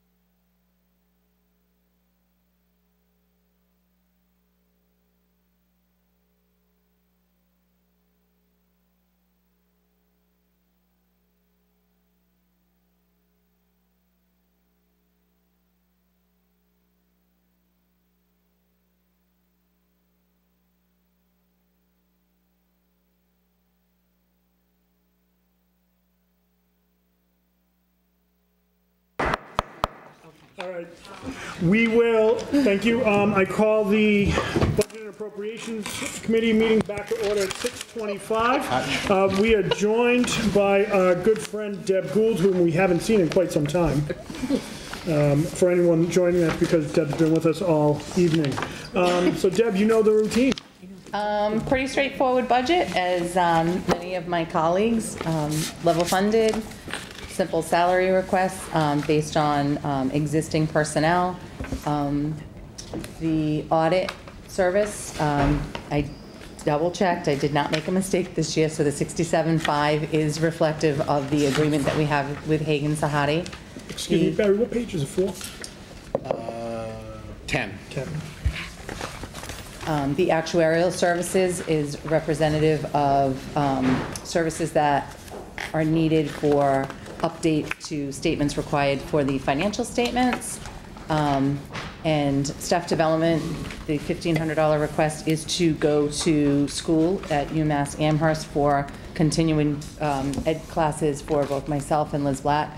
Some of the cost of that program is defrayed as a member of the retirement system. They'll contribute some as long as it's eligible for credits, because I have to do ongoing coursework to maintain my eligibility to stay on the board. Memberships and office supplies are level funded to the current year. That's what I have. Pretty straightforward. Yeah, I mean, I don't know if there's any specific questions that anybody has. Obviously, I could talk all day, and I know everybody doesn't want me to. You're right. Yes, so from the perspective of one of the things that I know myself, Barry, and the city treasurer are working on are how to implement the debt exclusion as part of the recap. We'll continue to work with the MIS department, the assessor's office, and the other offices throughout the city, obviously the school, but for the financing and the funding and that kind of stuff, and what has to go on the recap. There might be some amendments to the budget, like Barry, the $30,000 is in there, which it's not in my budget, I understand that, but those are the things that we're kind of working our way through how to do that. I've been with the city for over 20 years, and this is the first debt exclusion, so I've already reached out to the Department of Revenue to make sure some of the things like how do we achieve and accomplish this, and I think the primary offices that have to manage how to put that together on the tax rate all work pretty well together, so we'll do that, and if we need to come back to the council to make any amendments or adjustments, I think that's what will happen both for the budget or for whatever else needs to happen for that. And I think that's a really strong point, and one thing I think that we can talk about this offline is maybe what does the update to the council look like? You know, is it part of Barry's quarterly update that we'd like to get back to? Obviously, the first half of this year, the last half of fiscal 18 has been quite jam-packed, so the scheduling hasn't been able to work. I know we've talked about it in the past, but I'd love to have some updates as we go through about what that process looks like and what our role will be in that, if any.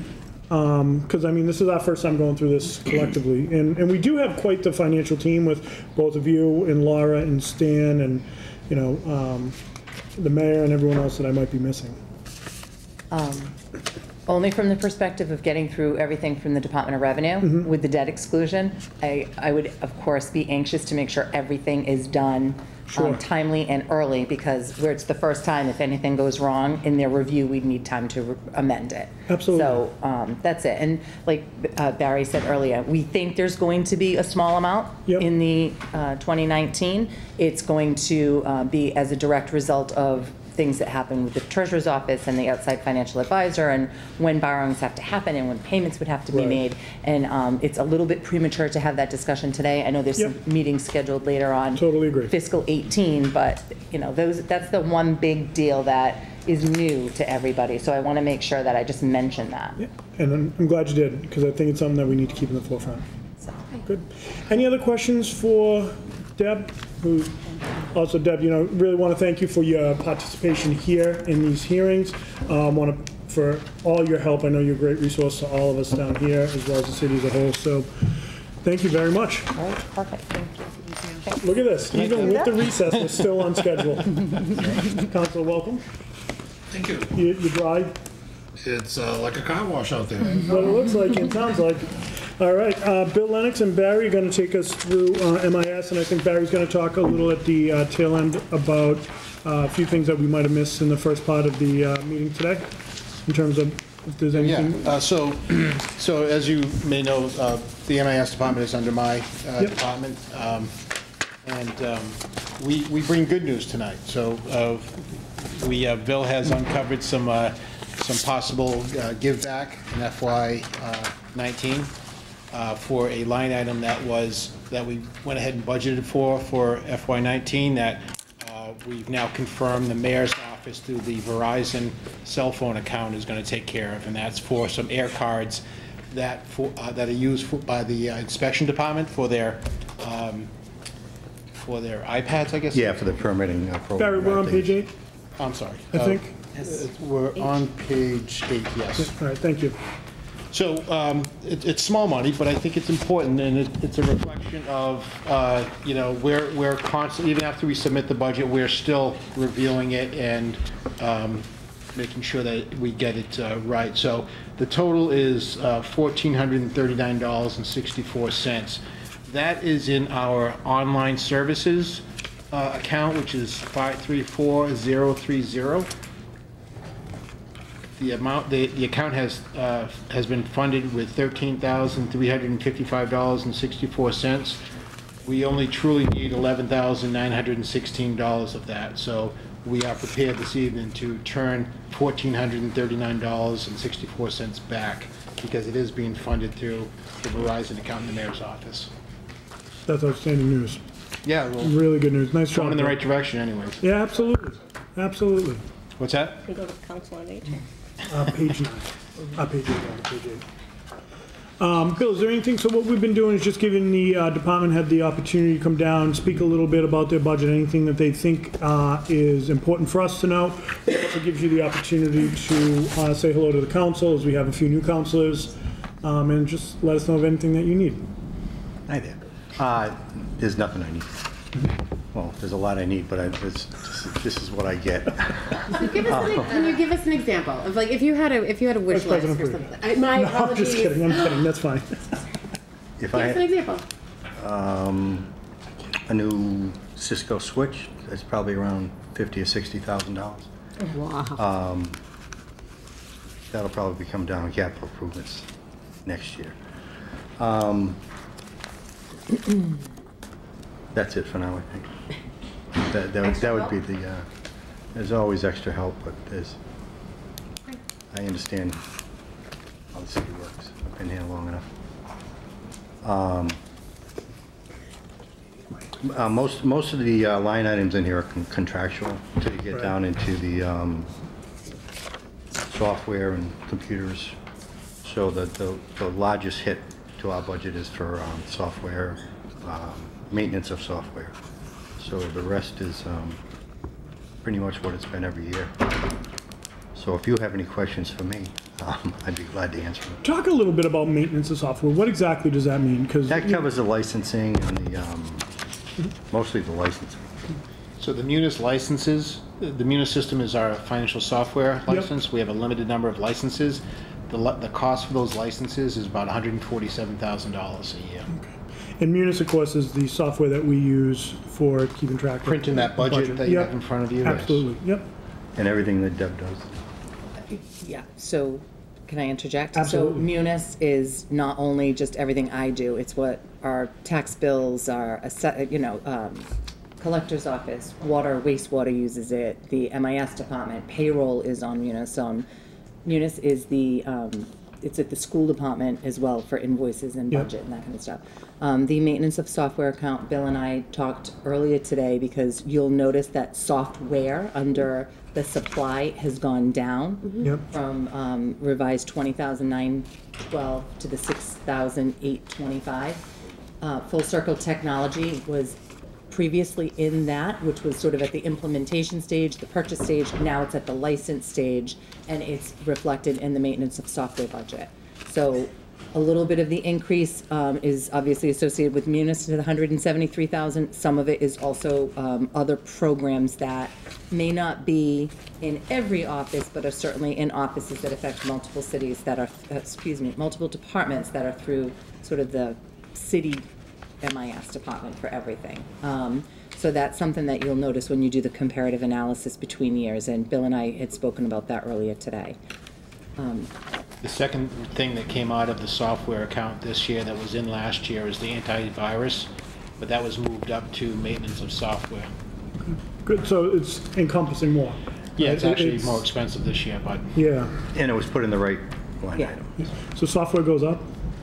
software goes up. Vice President Preca? No, I'm fine. Okay. Council Jackson? Thank you very much. Quite welcome. My apologies. Came in late a little bit. So who's in charge of the phone system?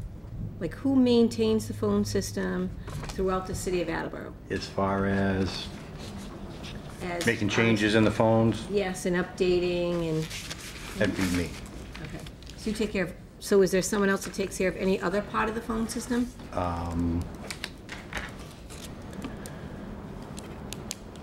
I'm not sure. We I'm not sure what you mean, as far as the lines themselves, or? Yes. Like, if there's a problem with the line, who do we have come in and take care of it all? And maintain our systems and update them, and is it you, Bill? No, Is it your so there's a buyer? Right, so we through have- the mayor's office, there is a contract, I believe, for maintenance of telephones, for, new telephones that need to be purchased for department heads, things like that, like our landlines. Is that what you're talking about? Yes, I am. Yeah.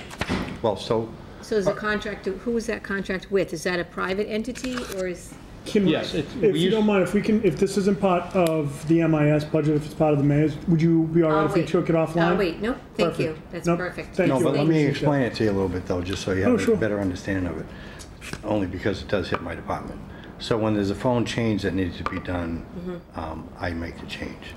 If there's phones that have to be set up, I just got through setting up 5 or 6 of them over at the fire department and changing the extensions, and I do that. Okay. If there's problems with the copper, I don't have anything to do with that. If there's, after I've gone through a 1,000-page document trying to figure out what to do, I can't figure it out, then I'll call up a buyer and have them come in and do it. Okay, great, thanks. That's exactly what I needed to know. Perfect. Thanks. Any other questions for Bill? Bill, thank you again. Thank you for the job that you do. There should be a budgeted line item for like a bed and a blanket. A bed and a blanket for Bill, yeah. No matter what time I'm here, whether it's, 6 in the morning or 8 o'clock at night. Bill's here. Bill's here. Yeah. Thank you. So Barry, we still have a little bit of time left before we have the clerk, go to the clerk is at 6:45, so we still got some time. I don't know if you want to talk a little bit about debt services or anything else that we might have missed in that first half hour. What do you want to know about debt service? Well, why don't we just high level talk a little bit about what exactly debt service means, how it impacts the budget? Sure. So there's 2 sections of debt in the general government budget. There's the school debt and then the general government debt. I don't have those pages earmarked for you. But debt service, if you think of debt service, it's simply like your mortgage. We all, those of us who have mortgages have seen an amortization schedule. We have set payments that need to be made. Part of it goes to principal, part of it goes to interest. Debt service is no different. We get we call internally, affectionately, a debt Bible from the treasurer. Yep. That is something that her office produces with the help of her financial advisor, and that lays out all the debt service for all of our borrowings going forward, things that are long-term borrowings. So those things have to be budgeted every year, and so the debt service sections of school and general government that you'll see in your budget books mirror the debt service Bible that Laura gives us. In addition to that, we have what are called bond anticipated notes, Yep. bonds, that are shorter term, that we use for borrowing things. We pay like vehicles, police vehicles, fire vehicles, things of that nature. Those are not in the debt Bible. Sometimes they will become, they'll go to the debt Bible, but other times we'll pay them off within 3 years, 5 years, whatever it is. Okay. Those are also in the debt service sections of the budget as well. So we constantly look at our capacity for debt service, and we look what's falling off, and we try to replace that capacity with other borrowings because we always need capital projects. We just always do. You've seen the capital improvement plans filled with needs. So we try to, Mayor Hero is on a very good path of trying to forecast out what future borrowings we're going to need and try to work those into the debt service so that we don't lose that capacity in our current debt service where you have debt service dropping off next year or the year after, and then that capacity gets gobbled up with something else. Right. And then we lose that capacity to do borrowings to pay for capital improvements, things like that. So we're ever mindful of that as well. Thank you, and I just wanted to have that explained because I think that there's a lot of symmetry between what Councilor Conti's CIP message is, what, as I'm starting already crafting the budget message, I think there's a lot of symmetry there, and I think it's important that, you know, there is no real open checkbook, and, you know, the analogy I used was the service merchandise. You know, the CIP is the service merchandise, and then what we can actually pay is, you know, really what the kids get on Christmas morning. Deb, and then Councilor Conti. Yes, Just as an Deborah. aside, so Barry and I double-checked not only the debt Bible, but the new bans and stuff that we recently, so the document hasn't been updated yet. It's in flux. We have, I believe the city treasurer has something settling this Friday, the 18th. So the updated debt Bible is being worked on for people, but we proofed out as much as we could, and the 19 budget does include some pay downs. Yes. That's expected, that's part of the plan Yep. and all that other stuff. I wanted to revert back to Barry's regular departmental budget for two purposes. One, I just wanted to make sure, in addition to the MIS, budget admin also has oversight of purchasing, so that's encompassed in this budget, and valuable resource to not only other offices, but particularly mine, so I need to give the shout out, not only to how great MIS and Barry is, but Right. purchasing. And then the final thing is that parking is a revolving fund that falls under budget and administration, and I do have a revolving fund for that if you, I know you had asked me to make sure to bring printouts of the budgets for revolving funds tonight. Recently, they rebid the service for the parking administrator services. That bid was finalized and has come in with the same vendor. Correct. So I don't see anything huge to change in that or anything. I just wanted to point out that that is one of the required votes, the amount of money for the parking services. Stanford Street laptop. Yeah, Real so- quick, what go I'd ahead. just, if we could get That the- prints out? Yeah, that'd Yep. be great. Thank you, Deb. Yep. Yeah, just a quick note on parking, not that it's very interesting to you, maybe it is, but anyway, so the revolving account is pretty healthy. And the reason it's healthy is that we've, I think, done a good job of administering the parking department, and also we've now, that healthiness allows us to do some capital projects. We installed the new fencing at the YMCA. We've installed 9 cameras at the Sanford Street parking garage. We've installed new LED lighting at the parking garage as well. You know, so but there's more capital improvements for the parking department. But I just wanted to let you know that that money just doesn't sit there idly. We try to use that. We've got some capital projects that were planned. You know, the revolving fund for the parking department isn't healthy enough to do the repairs at the Sanford Street parking garage. It Right. just isn't. But it is healthy enough to do other things like replacing the parking machines that you see at the YMCA and the library, things like that. So we're constantly moving the parking department forward as well. Barry, along those lines, are you noticing an increase in usage of the Sanford Street garage? Yes, so we've done a intentional job, good job, I think, of trying to get the word out to people who have businesses in the downtown, and even people who take the train into Boston. Parking at the parking garage or in the Bank Street lot, which is also allowable to use monthly passes, is one of the best kept secrets in the city of Attleboro. For $30 a month, basically, you can park there, walk to the train station, and take the train in. The MBTA lot is probably 3 or 4 times that. Right. So for people who are willing to walk a few extra steps, it's a great bargain. It's a great bargain for business owners. We see a lot of them now catching on where they can have their employees park in the Bank Street lot or the Sanford Street lot and free up the free parking spaces in the downtown area. So we've tried to get that message out to business owners as well. Nice job with that, because while I'm going to the Y after work, I've noticed that it's been a capacity, so. We have a number of 2-hour spaces in the Sanford Street parking lot. Yep. 2-hour free spaces that people are beginning to utilize more and more. Good. There's some free spaces at the Bank Street lot as well. Yep. Also within walking distance to the Y. So I know the Y tends to fill up during peak hours. Right. But we see people walking from the Sanford Street lot to the Y, and so that works for them. Great. Council Conti, do you have a? Yes, if we could get out of the details and back up to the 50,000 foot level.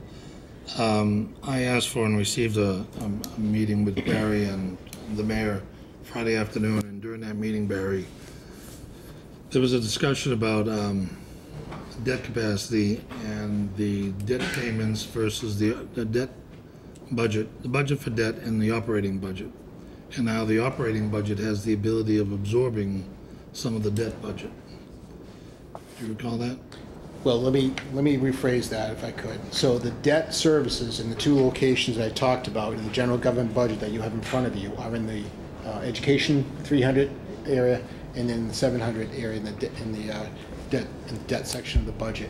So what I think you're talking about is that as debt service in any one of those comes off from one year to the next, if we don't replace that capacity, general government will take care of that for us. So we're trying to maintain a level amount of debt service so that we don't lose that capacity. Is that what you were referring to? It's a very important point, Mr. Chairman. I wanted all the councils to hear it because with the dynamics that we're currently facing, with the capital improvement plan and the other issues facing the city in big decisions,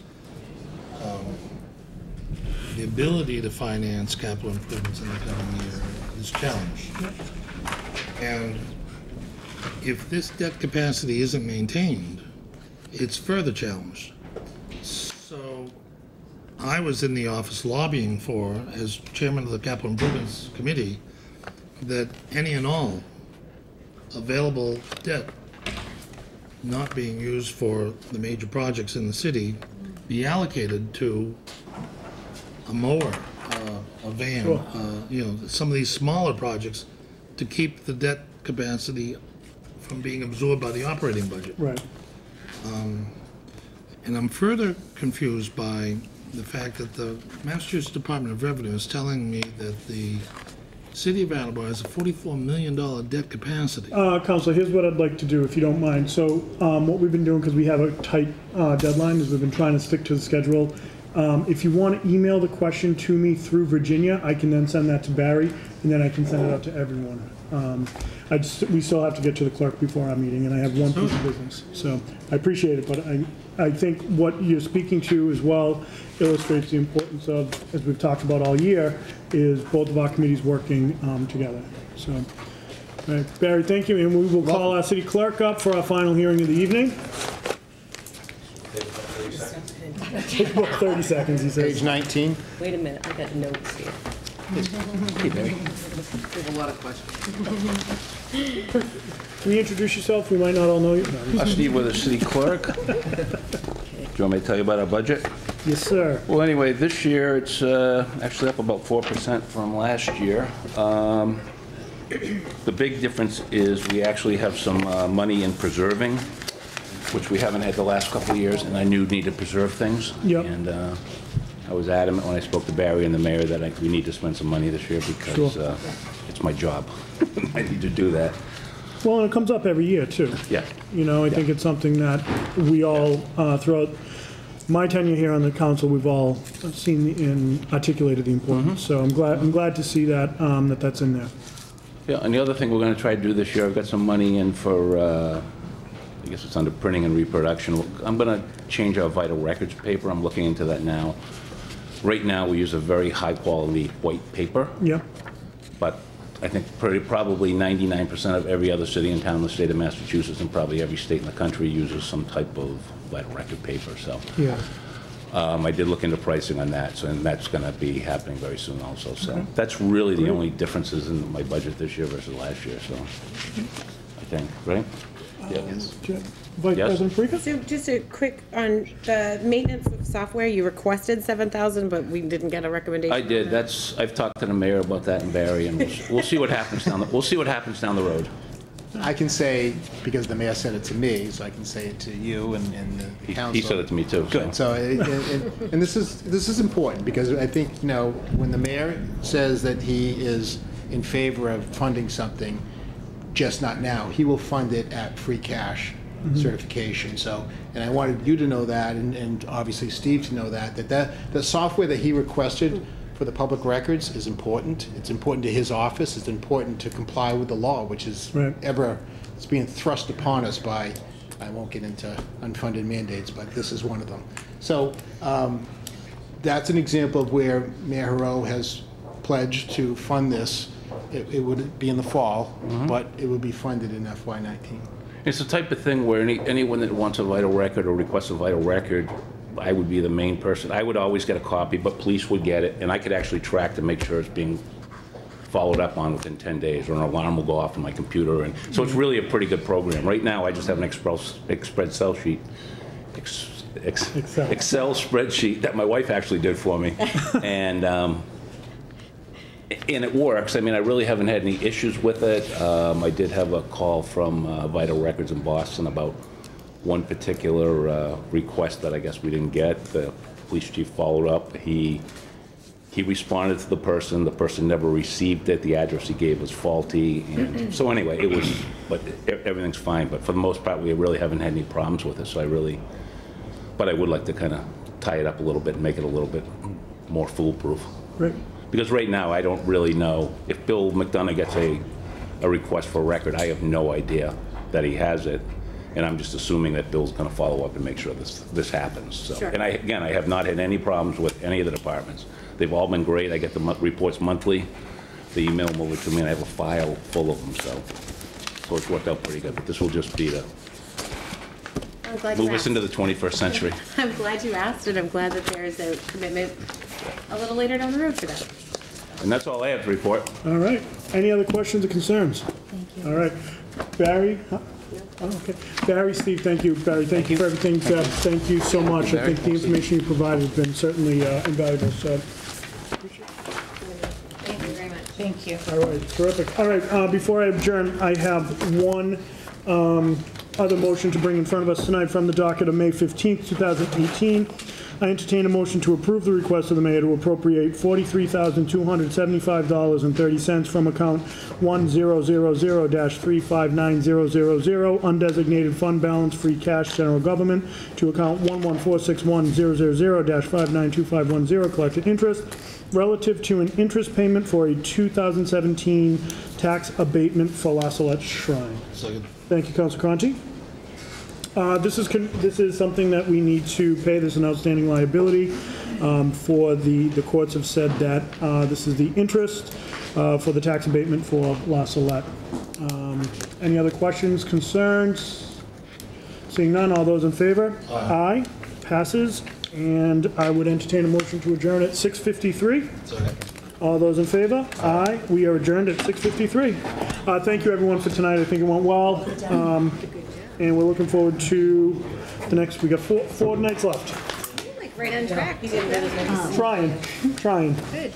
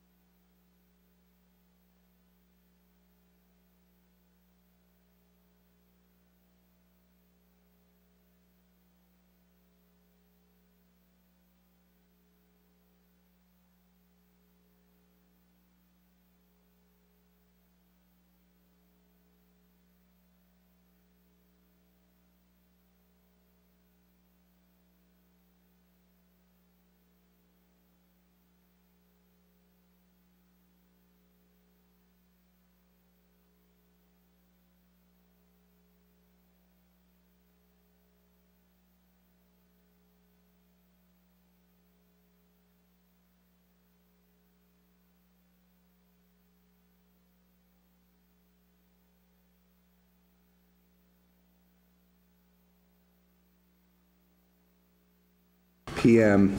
Please join me in a salute to our flag, but before we do that, I will ask us to remain standing for a moment of silence for Attleboro firefighter Thomas Cannon, who passed away in the line of duty. So please join me in a moment of silence after the salute. Thank you. I pledge allegiance to the flag of the United States of America and to the republic for which it stands, one nation, under God, indivisible, with liberty and justice for all.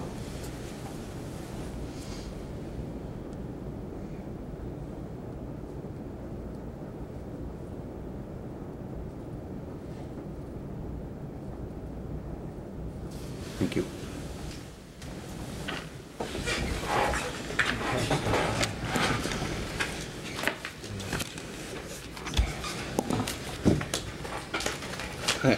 I entertain a motion to approve the records of March 20th, 2018. Second? Any questions or comments? Hearing none, all in favor? Aye. Thank you, motion passes. I would entertain a motion to suspend the rules. Second. Thank you. I'm going to suspend the rules for two purposes this evening. One is so that we could go into committee of the whole. First, we have two guests that would like to address the council, so in an effort to do that sooner rather than later, suspending the rules tonight. Any questions? Hearing none, this is by roll call vote, and the vote will begin with Councilor Blair. Mr. Blair? Yes. Ms. Jackson? Yes. Mr. Conti? Yes. Vice President Parika? Yes. Mr. Delicio? Yes. Ms. Dolan? Yes. Ms. Holmes? Yes. Ms. Hall? Yes. President Cooper? Yes. 9 yeas, 0 nays. Thank you. Motion passes. I would entertain a motion to go into committee of the whole. Second? Thank you. Any other questions? Motions in order. Any questions? Hearing none. All in, was it roll call? No. All in favor? Aye. Thank you. We are now in committee of the whole. There are two groups. First, Sarah Faulkner is here with Special Olympics, and she's going to come up with her folks from Special Olympics and give us a little update of what's going on. And then Lori Drucker is here and would like to address the council as well after Sarah's done. Hi, I'm Sarah Faulkner. I'm a teacher at Attleboro High School and one of 4 adult faculty staff members who oversees Project Unite, which is a student-led group between Attleboro, North Attleboro High School, and Bishop Fien. And we're really big on experiential learning and letting the students really take over and play in our events. So with that said, I pass the microphone to them. I'm Ari Susi. I'm the senior class president. I've been in Project Unite for 4 years, and I'm the photography and media coordinator. I'm Megan Croto. I'm a senior at Attleboro High School. I've been a part of Project Unite for the last 2 years, and I'm the volunteer coordinator. I'm Eddie Parika. I'm a junior at Attleboro High School, and I've been with Project Unite for 3 years, and this year I am parking and equipment coordinator. Sorry. And we came today to welcome you to join us on Tuesday, June 5th for our annual day games. It's actually the 30th anniversary.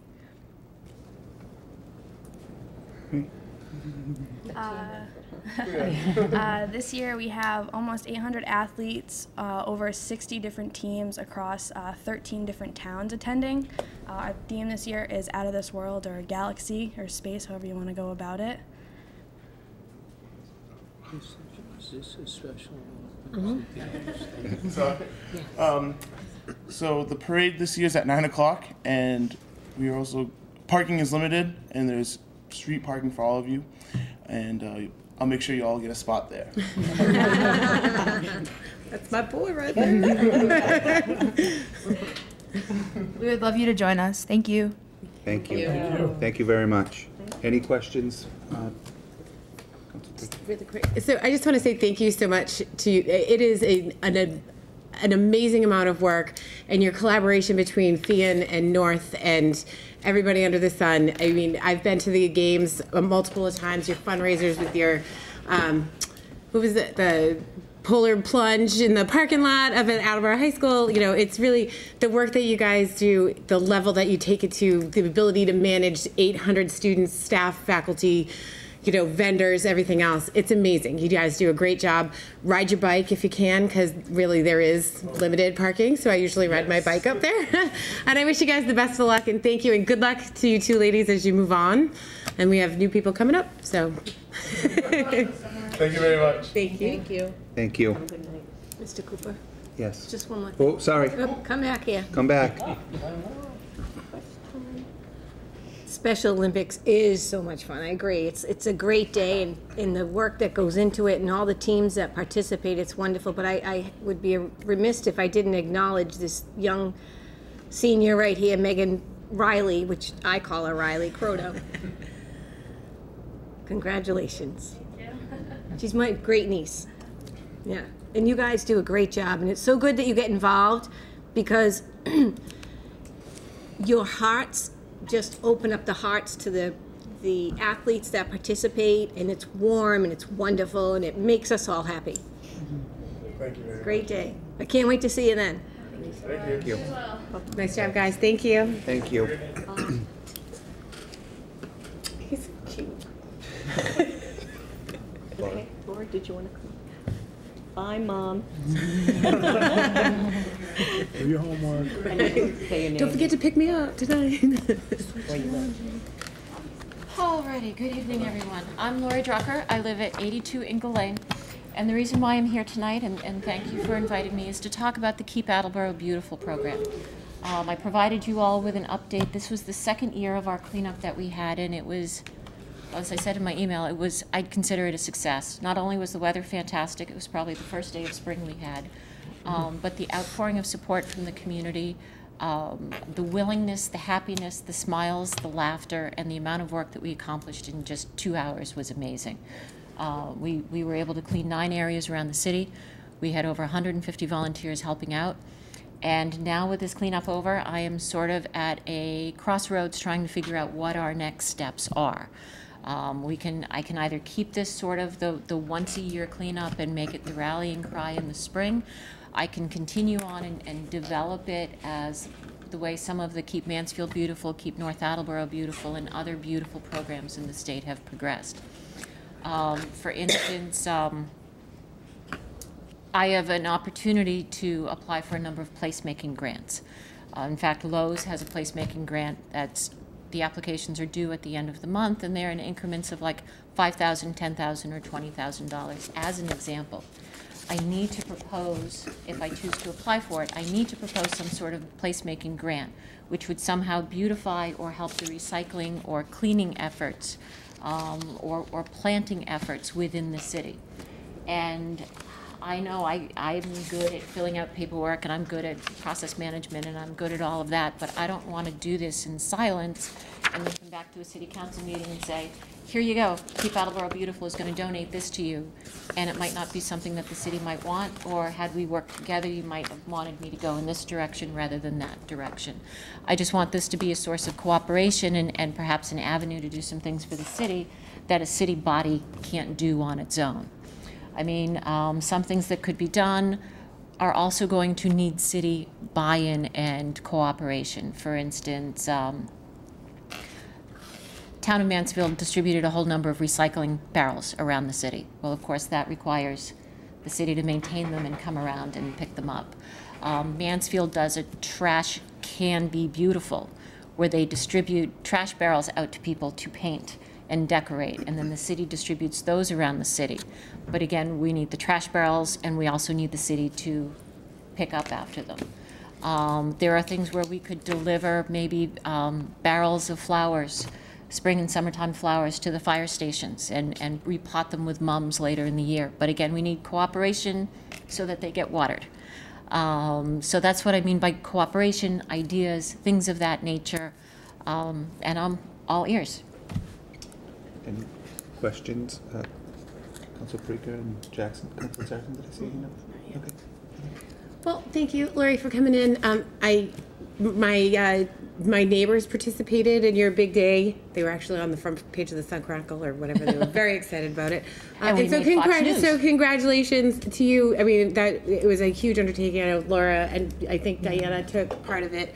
The T-shirts were wicked cool, so thank you. And sorry to interrupt. No. When I first started this, everybody was telling me, get the T-shirts, get the T-shirts, get the T-shirts. And I was thinking, you know, I've had 2 kids. We all have enough T-shirts in the closets. But because they're so obnoxious of a color, it's actually a safety feature for the volunteers working along the roadway. Because some of the issues I have is, now that I'm seeing it, I see litter everywhere. But I don't want to put the volunteers out on roadways where the roads are just so narrow and it's so dangerous for them. I mean, Pleasant Street, West Street, I was like gritting my teeth the entire time saying, please don't let my phone ring. Please don't let my phone ring. But they really do help. And the fundraising that we do pretty much covers the cost of the T-shirts, and that's it. I mean, my coffers are almost empty right now. I'll pretty much do anything for a T-shirt. I mean, I run a farmer's market because I get the cool T-shirt. Like, that's what I do. I'm a big fan of T-shirts. That's on record, by the way.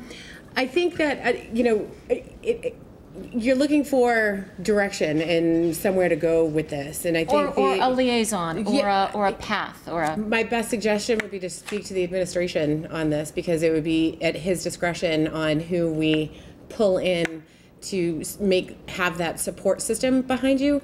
I get a bunch of phone calls on a regular basis about Hope Street Extension, Pike Ave, like all sorts of streets that they're like, Heather, it's a mess. And I'm like, all right, I'll get my rake, I'll head out there. But there needs to be some kind of collaboration. So I think, you know, that your first start would be there.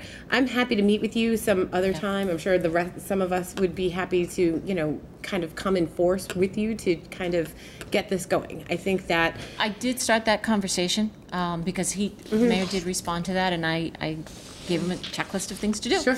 Wonderful. One of the things I have had requests of trash barrels over at the Dunkin' Donuts on North Main Street, you know, different things like that over the course of my tenure as a counselor. Like, you hit on all the different things that I hear about on a regular basis. So there's a need.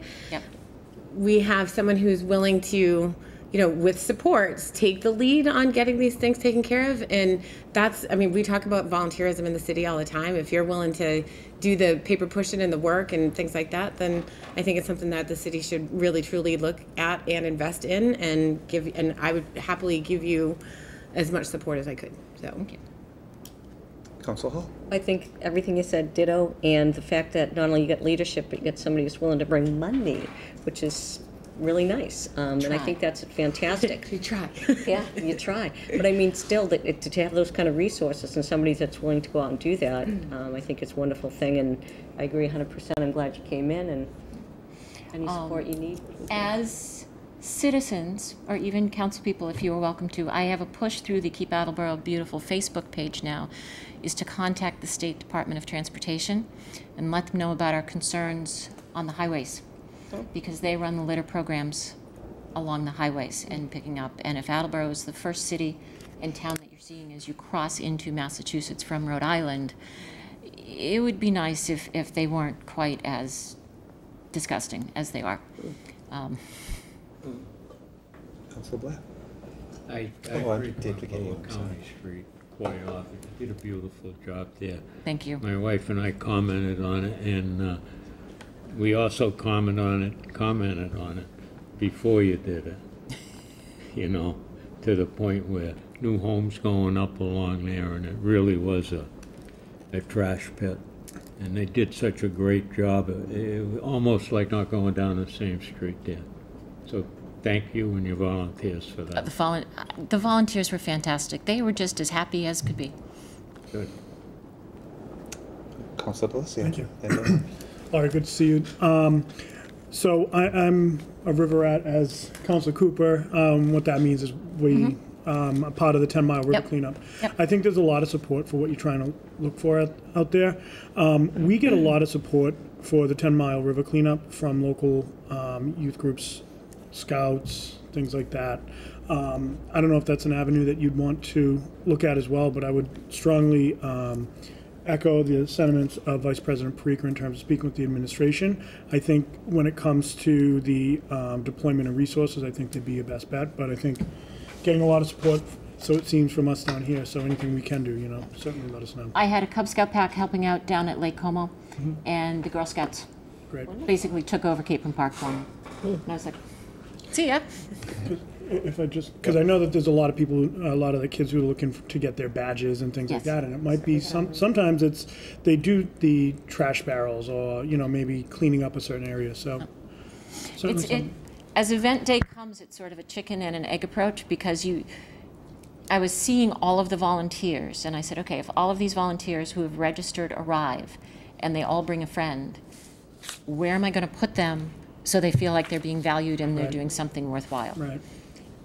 Where I feel that they can be safe in those counts. And then it's like, okay, if the weather's beautiful, we're going to go like this, and if the weather's crummy, we're going to go like this, and all of that. But that's coming with experience. Yeah. Councilor Dolan. So are you looking to do more cleanups per year, or are you just looking for other things for beautification? I know you had talked about planning moms and Yes to both. I mean, I'm playing with the idea of creating litter lifters, which they're sort of like an adopt a spot where families could adopt a stretch of a roadway and just go out once a month over the course of the summer, and like that's theirs.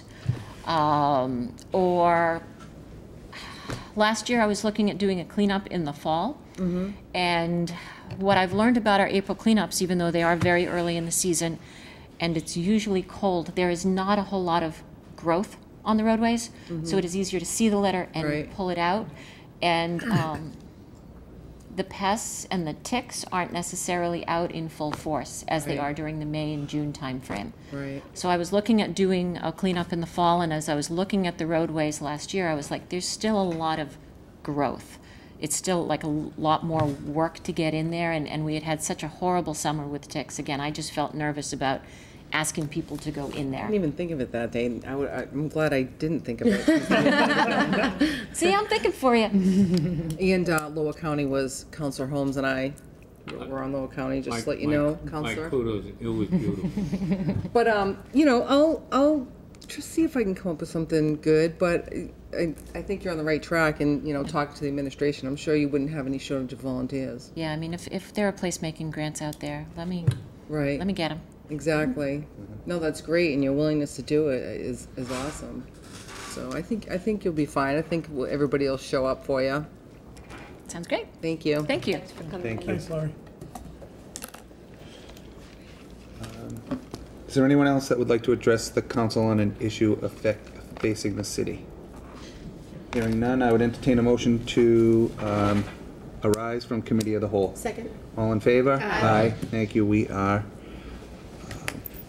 moving on to public hearings. Okay. First public hearing tonight is relative to the position from National Grid and Verizon New England to install 2 jointly owned utility poles with anchors on Handy Street so that electrical facilities can be extended to supply new service requests at house at 164 Handy Street. Is there anyone here to speak in favor?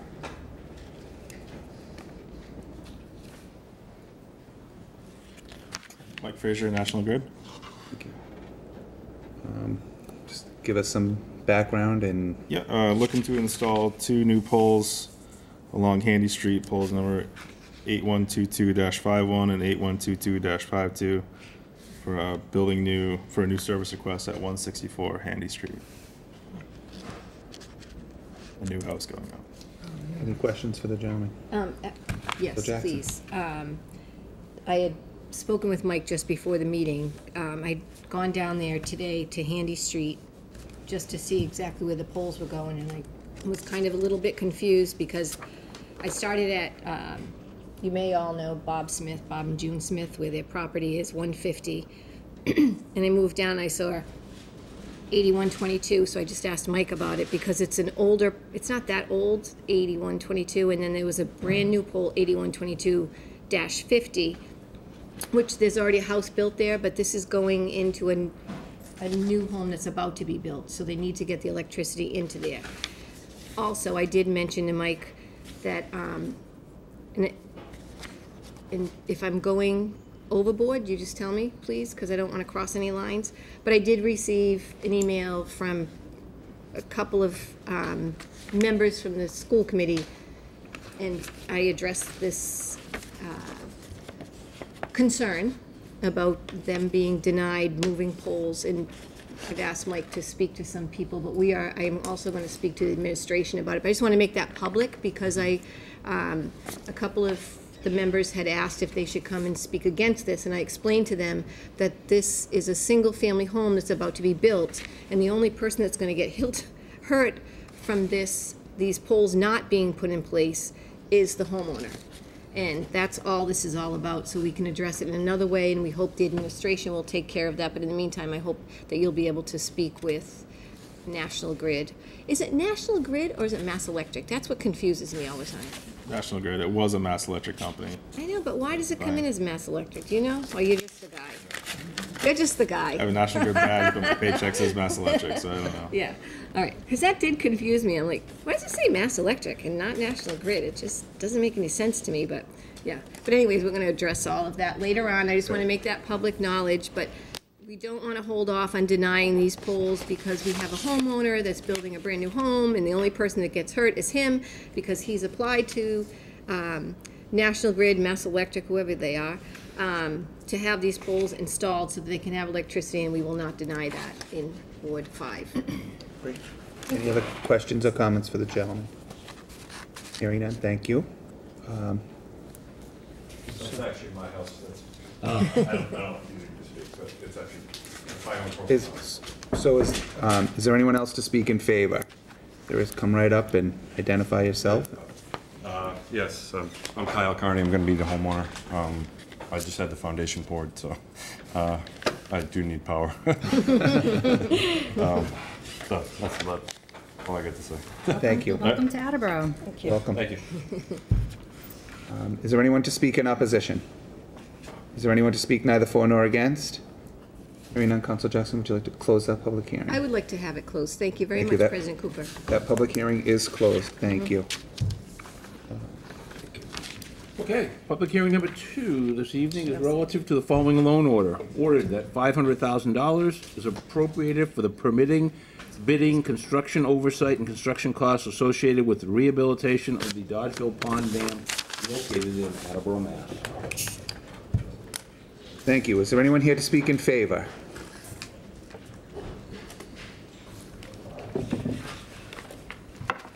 Good evening, Council President Cooper, members of the City Council. For the record, my name is Gary Arazian. I'm the city's Director of Planning and Development, and thank you very much for having me here tonight to speak in favor of the bond authorization. I've also brought Nicholas Wiley, the city's conservation agent, along as well.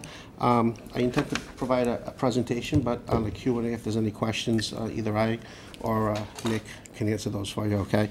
So, as you will recall, I was before the council 2 weeks ago tonight on the 1st, and that discussion kind of dwelled on construction phase 1A and my request for construction contingency, and thank you very much for appropriating the funds. And I said that evening that I would return tonight for the bond authorization to give a more expanded presentation, a little more historic background, to provide you with some context and some future steps as well. But before I begin, sometimes I know I put a lot of facts and figures out, so I kind of have like a very brief 3-page handout that you could just follow along, take with you, then you can always call me with questions, okay? So just hand these out. Thank you.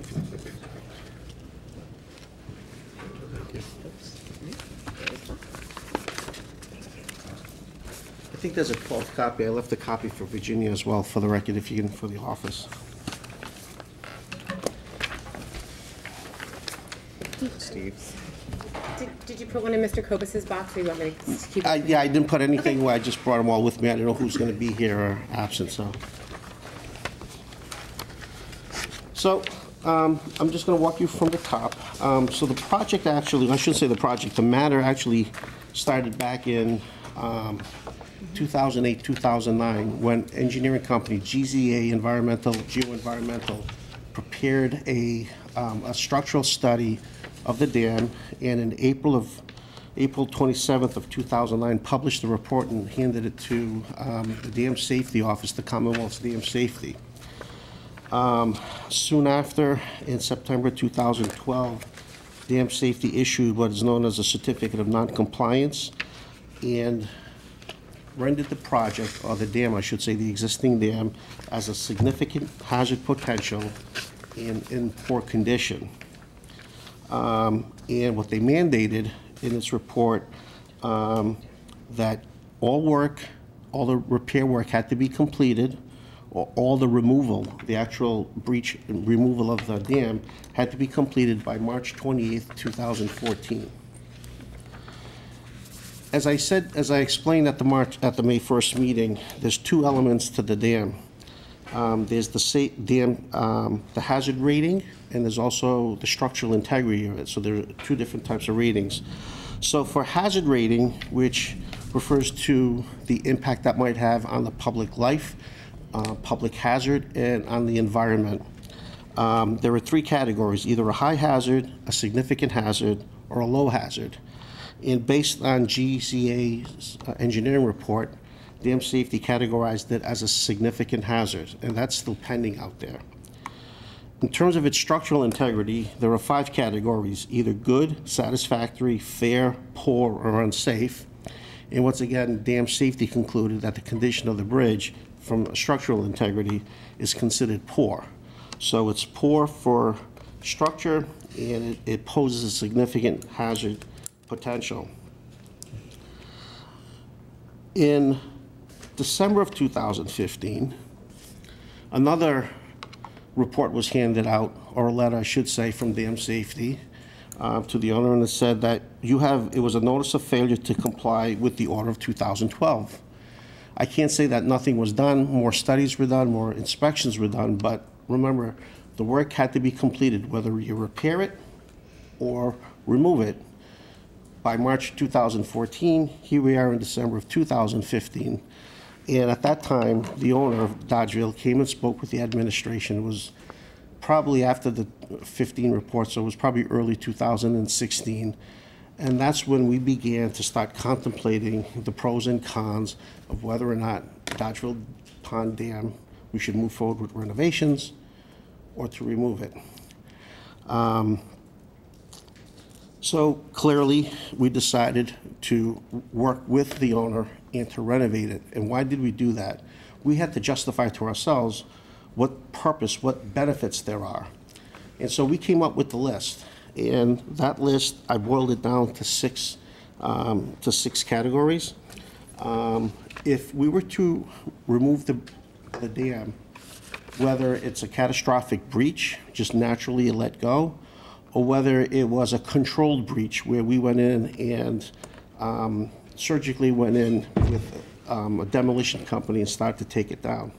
One of the questions I posed to the engineering company is, all right, if we were to take down the bridge, whether catastrophically or planned removal, what would the river, what would happen to the pond, what would it go down to? So the average height of Dodgeville Pond is somewhere between 7 to 8 feet, and part of that is because there aren't any sheer embankments, they're gradual. So with the gradual embankments and with the height or the depth of the maximum depth, even though the average is about 7 to 8 feet, they said it would drop anywhere from 10 to 12 feet. It would empty out. I said, well, what would happen upstream? Well, what would happen if all that water was just to come through?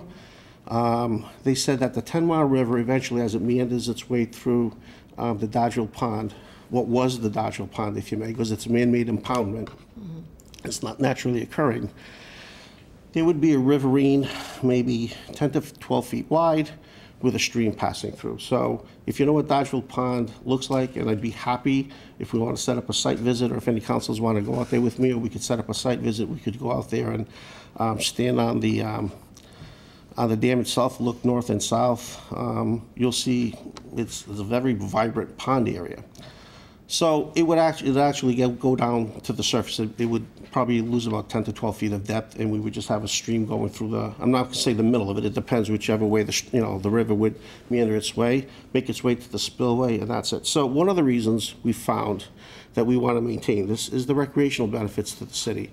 a lot of properties have, if you may, waterfront property right now. And, you know, we've had discussions with Nick, the Conservation Commission. It's on our open space plan. And of course, we're going to have conversations with the mayor about potential recreational resources that we can introduce there, such as canoe launch pads. But we think there is an opportunity, great opportunity for recreation, and we want to maintain that impoundment. The second issue is to protect our infrastructure. If you want to just flip to the second page, I put this in there.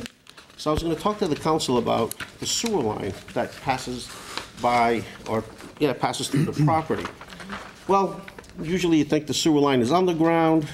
It's 500 feet up gradient, 500 feet down gradient. Well, what do you mean there's a sewer line that could breach? Well, I figured this picture could speak 1,000 words. Yeah. So it's there now. It's a functioning sewer line. The top of the page, if you may, is your perspective would be from South Main Street. So, okay, so the dam and spillway are to your right. So that sewer line actually exists, and one of the concerns is to safeguard that if there was a catastrophic breach and that pipe bursts, you'd have thousands of gallons of raw sewage pouring into the 10-mile river. Not to get into all the public issues with that, but then just imagine the emergency work that we would have to engage immediately, the morning or night or whenever it happened, to correct that. So the first matter of protection is for the sewer pipe. The second, I wrote also, it says for a protection for the environment out of sediment loads.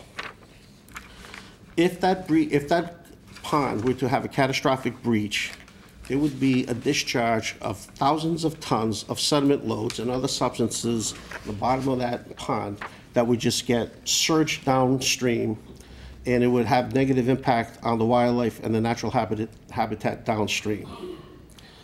The third reason, or the fourth reason, again, well, the fourth reason would be by pursuing this project and constructing or reconstructing the dam and renovating the dam would be the mitigation of upstream flooding. If you recall more recently, the two flooding incidents we had probably about 10 to 12 years ago in downtown Attleboro, we would be able to control a lot of that flooding in the downtown with the renovations of this project. So we'd have upstream flooding mitigation. And a couple of other reasons too, somewhat esoteric, but in my field, these are big issues. I'll never forget the day I went out to the site with Mr. Clarkson, who was the program manager. We stood on top of that dam right here, and we're talking about the design funds. It was $125,500, and we're debating all these benefits. And one thing led to another, and he said, geez, if you could partner this, what other projects are you working with? What can we partner this with so there could be some more substance, despite all of these public benefits that I presented? Well, I started talking about what we're doing with MassWorks, the grant, Riverfront Drive, Judith Robbins Park, the way the 10-mile river meanders through the downtown, Balfour River Walk, what we accomplished over there.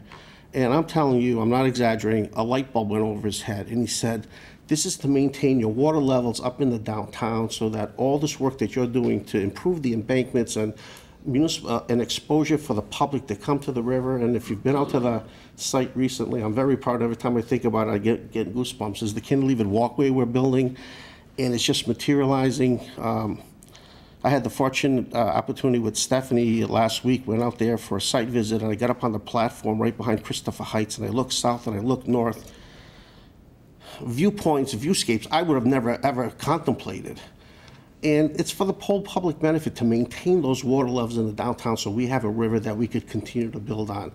Again, esoteric, it's long-term, but that's the kind of elements that we search to see what we could do to promote those and seize those opportunities to improve our downtown. The sixth, a little further out, quite further out. What do I mean by that? As I said to the council a couple of weeks ago, there's still phase, we're on the way with phase 1A. I'm here tonight to ask for the funding for phase 1B. There's also phase 2 and phase 3.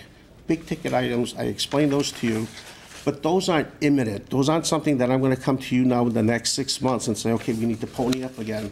I've been reassured by our engineers that what we would do with Phase 1A with the cofferdam and Phase 1B with all the embankment work to seal that up, that could prolong the life of that spillway for at least a good 10 years. That'll give us plenty of time to look at potential funding sources, not only grant sources, private sources as well, federal sources, state sources, to see how we could finance these next 2 phases of construction.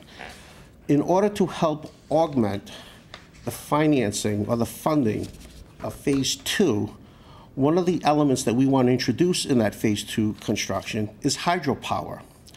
And as I explained to the council a couple of weeks ago, and I probably have even before that too, GZA Engineering has been working with another company, a cutting-edge company called Attleboro Power Systems, that is looking at an innovative way, and conceivably Attleboro could be, I hate to use the word guinea pig, but it could be the experimental laboratory, if you may, of a possible design using chambers where water could flow through with turbines in them, and we could control through a bladder the amount of flow, velocity that goes through that turbine that's submerged under the water.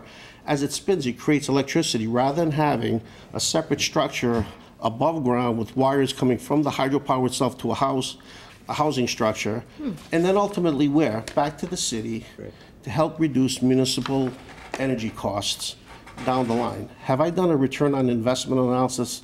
No, because all the figures, they'd be preliminary, and I don't want to come here tonight to say that here we are in 2018, if we were to do phase construction Phase 2 in 2025, 2026, that we would have a return on an investment in 2045, and these are the numbers.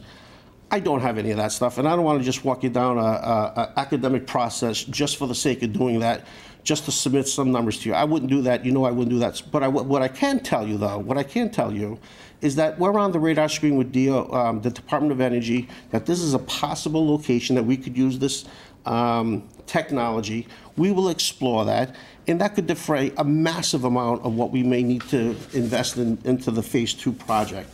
So it could be dam and seawall. It could be the federal government. They're always going to ask for some local involvement, but I think we could defray those costs.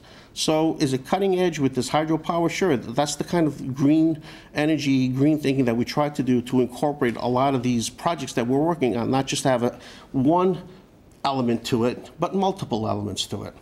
So those are the 6 public benefits that I see. And then the third page is the cost breakout. If you'll just indulge me for another minute, if we go from left to right, from fiscal year 2016, the first phase of the project, if you may, was the design phase. I put in an application. We got a $125,500 grant. That was completely paid by the state. There was no local share. We completed that in June 2016.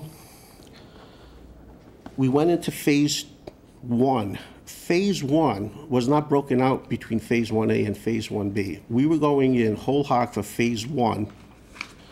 And unfortunately, what happened is we only received a $250,000 grant for Phase 1. I didn't know if we were going to move forward with Phase 1, only because I didn't know if we broke up Phase 1 into multiple phases, whether or not any one of those were standalone, and whether or not, because it's not standalone, would it obligate the council to do the next one? I wanted to make sure that whatever we do with Phase 1, a portion of Phase 1, if you may, is standalone. So I spoke with the engineers, and they said if we break up what was Phase 1 construction into a Phase 1A and Phase 1B, and we could tease out the cofferdam, Phase 1A would be a project that could be standalone, seamless, and the money that we would invest in that would not be a waste of taxpayer money, be it the local share or the state share. So we moved forward with that. I then sent a request to the council through the mayor's office for an appropriation of $62,500 to match the $250,000. You appropriated that. The funding's in place. We went out to bid. As it turned out, the construction came in less than we anticipated. So I had a positive delta of $3,000. So I came in and asked for a 7% contingency, exactly the way we did with the cantilevered walkway, but because I had $3,000, and the 7% amounted to $18,865. I respectfully ask the council for $15,865 with the 3. There's my contingency. So thank you. So we're actually having the kickoff meeting tomorrow out at the site. You're more than welcome to come, and they're going to start construction the week of May 21st. We will finish by the end of this fiscal year that project. Beautiful. As I got the grant for the $250,000 for Phase 1A, even though we hadn't started construction, well, we hadn't even gone out to bid, I put in for an application for Phase 1B. And as it turned out, the gods always are looking down favorably on Attleboro as a grant. We won another $500,000 grant for Phase 1B. So now I got 2 projects kind of bumping into each other. So as I told the council, I called the state and I said, look, this might be a problem. It's actually a good problem to have. We've got work, we got your grant. It's just I don't have enough time by the end of fiscal year, June 30th of 2018, to spend that. Would you please roll it forward? They did. So I got a call back, and I tell you that on the 1st. They rolled over all the $500,000 into 2019. We will finish the project by June 30th, 2019, but the reason why I'm here before the Municipal Council is to request for this loan authorization to pay for 1B. And why $500,000? So of the total project cost, it was estimated in GZA's Phase 1B application, $832,000. Of that $832,000, $186,000. So this is the center column that's a little. I put it in gray so it kind of stands out. Of that $832,000, GZA's contract for permitting, administration, construction oversight, and all the happy things that the engineers do, as you very well know, with all the projects going on through the city, their fee is $186,000. Their estimated construction cost was $570,500. And the balance of that was going to be for contingency. I applied for a $624,000 grant, and the then mayor at the time during the administration was willing to put up $208,000. So if you add the $624 for the grant and the $208, that's 25%, would equal to $832. But unfortunately, the state only granted $500,000. Now, I say unfortunately because they didn't grant the whole $832, but again, I'm ecstatic because the way the pendulum is right now at the state level, they're actually looking to take all the dams out. They're concentrating most of their funds right now on coastal seawalls, Marshfield, Situate, Duxbury, along the South Shore, North Shore. But we were fortunate, as an inland community, we still won $500,000, so I'm still bouncing off the walls, even though it wasn't the 632. It's nothing to sneeze at $500,000. They could easily set $100,000 and that's it. We're going to put the rest out to the state. So instead of the 632, we received the $500,000. My project estimate is 832. So I sat down with the mayor. I sat down with Barry. Went over the forensics, this, that, and other thing. So part of the reason why then, well, why Gary? Why an additional $168,000? And let me explain that to you. So the 186 is constant. That's not going to change. There's no contingency because that is the administration cost from the engineer. As I said to you, GZA estimated the construction to be $570,500. We haven't bid that though. We haven't bid it. So I don't know what the bid is. So if I came and I just asked the exact penny to meet the 832, and let's say you appropriate it, I came in for a contingency, you appropriate it, and then when we go out to bid, it turns out to be more. It's not easy to come back and say, well, I need a little more money. So I thought, again, with the administration, we thought the prudent thing would be, is we have the grant. We think that between what could be bid, because it's not going to be an astronomical number, because given our experience and traction with the current project, we think between the bid that we expect, the funds from that loan authorization that the city treasurer needs, and the contingency will all be under the $500,000. And as I said to you with the cantilevered walkway, as I've said to the council with the contingency for 1A, and you have my pledge again with this project, whatever money we don't spend is going to get returned. So it's not like if we were to save, the whole project turned out to be $9 1/4, that $75,000 goes to someplace else. I wouldn't do it. You know, the auditor wouldn't allow it. There's a million checks and balances, but I think you need to hear from me as the spirit to this with Nick. whatever we don't spend is all going to get returned to the city. So I asked for that leeway. So without knowing what the bids are going to come in, so we asked for a little more. We'll see where the chips fall, and we'll take it from there. I will report back to the council on what the bids were. I will report then whatever portion of that is the contingency, whatever the city treasurer needs for the borrowing costs. And I'll bundle that up, and I'll bring it back to the council to let you know what our target is. And then, as I said, the better the engineering, the less likely you're going to need that contingency. And that's my presentation for the loan authorization. First I saw Council Jackson and then... Hi, Gary. Hi, Councilor Jackson. So, from here on in, we're gonna dub him our $1 million man. Thank you so much. These grants, I mean, if you look at 1A, 1B, add them all together, you are the $1 million man. Yeah, you know what I didn't want to do? I didn't want to come and tell the council, well, if you add the 125.5, the $250,000, the $500,000, that somehow, wow, he's getting... That's not how I want to sell the project. The project has to sell itself. You've sold it. All right, well... You've sold it right from the beginning. Like, yeah. I honestly didn't think... We try really hard to get those grant funds, and the proof's in the pudding, so... But you always have. I remember at one time you were the $6 million man. Because I remember someone calling you that a long time ago, I remember too. who it was. Yeah. Thank you. But, no, this is good. I mean, you make our city just look so much better. It's cleaner. I mean, Lori Drucker was just here talking about keeping it clean, keeping our riverways clean, going to the state, getting these grants, and just keep moving forward and plucking along, and yeah, and preserving. I mean, last night was the Historic Commission was here talking about preserving. So this all kind of tied in together, you know. It's kind of nice, like a couple nights in a row that we're talking about everything that just kind of flows. And hearing the fact that you get goosebumps, and you don't even live here in the city of Attleboro, but you've been here long enough and have been doing such wonderful projects, and your heart and soul is totally in it. Thank you. And you brought Nick on as well, and I've been hearing great things, but I'm all for it. Yeah, Council, like, you know, I appreciate all the accolades, but I've got a phenomenal staff. I got a small staff, but they're just very, very good. Yes, they are. So myself, Nick, Stephanie, Lauren, Dorothy on a different realm.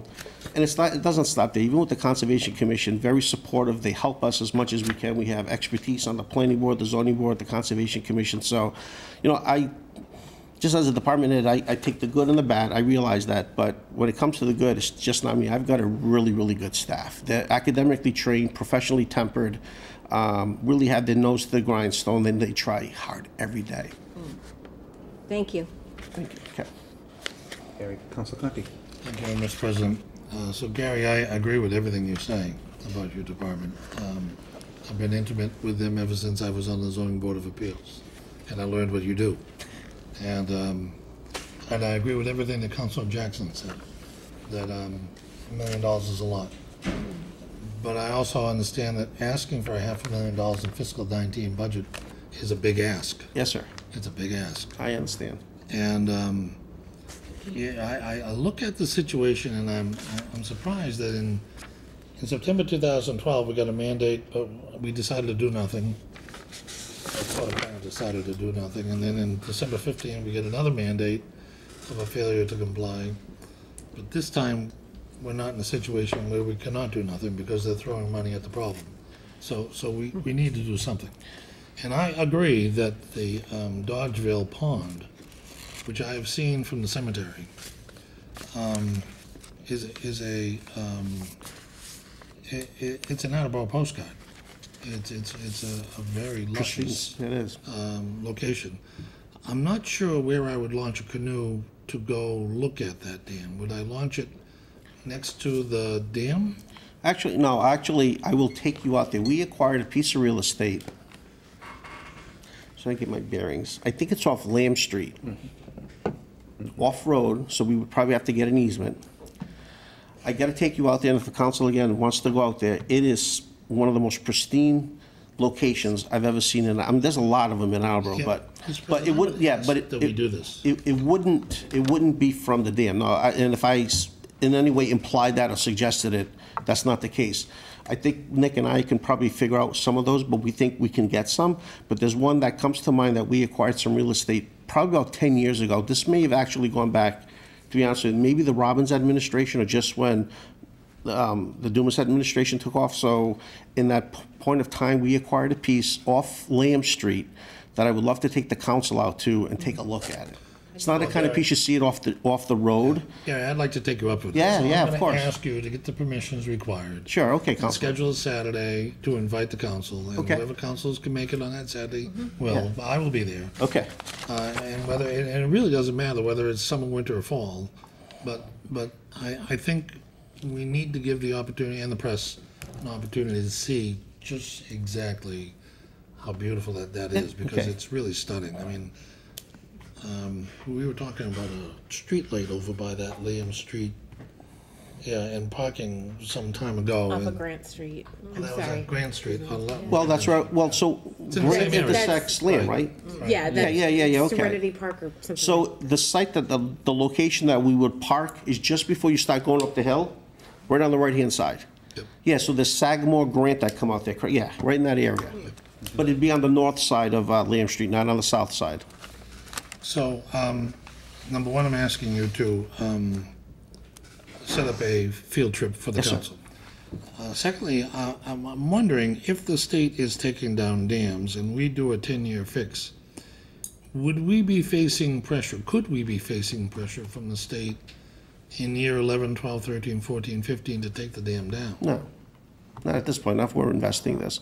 Okay. We've got to, yeah, so I've had all those conversations. That's why I said, Counselor, I would not have appeared before the council simply because we got a $250,000 grant. Just spend that for the sake of spending it with our local 62.5 and now the other money, just for the sake of spending it, because I said it has to be standalone and there has to be merit to it.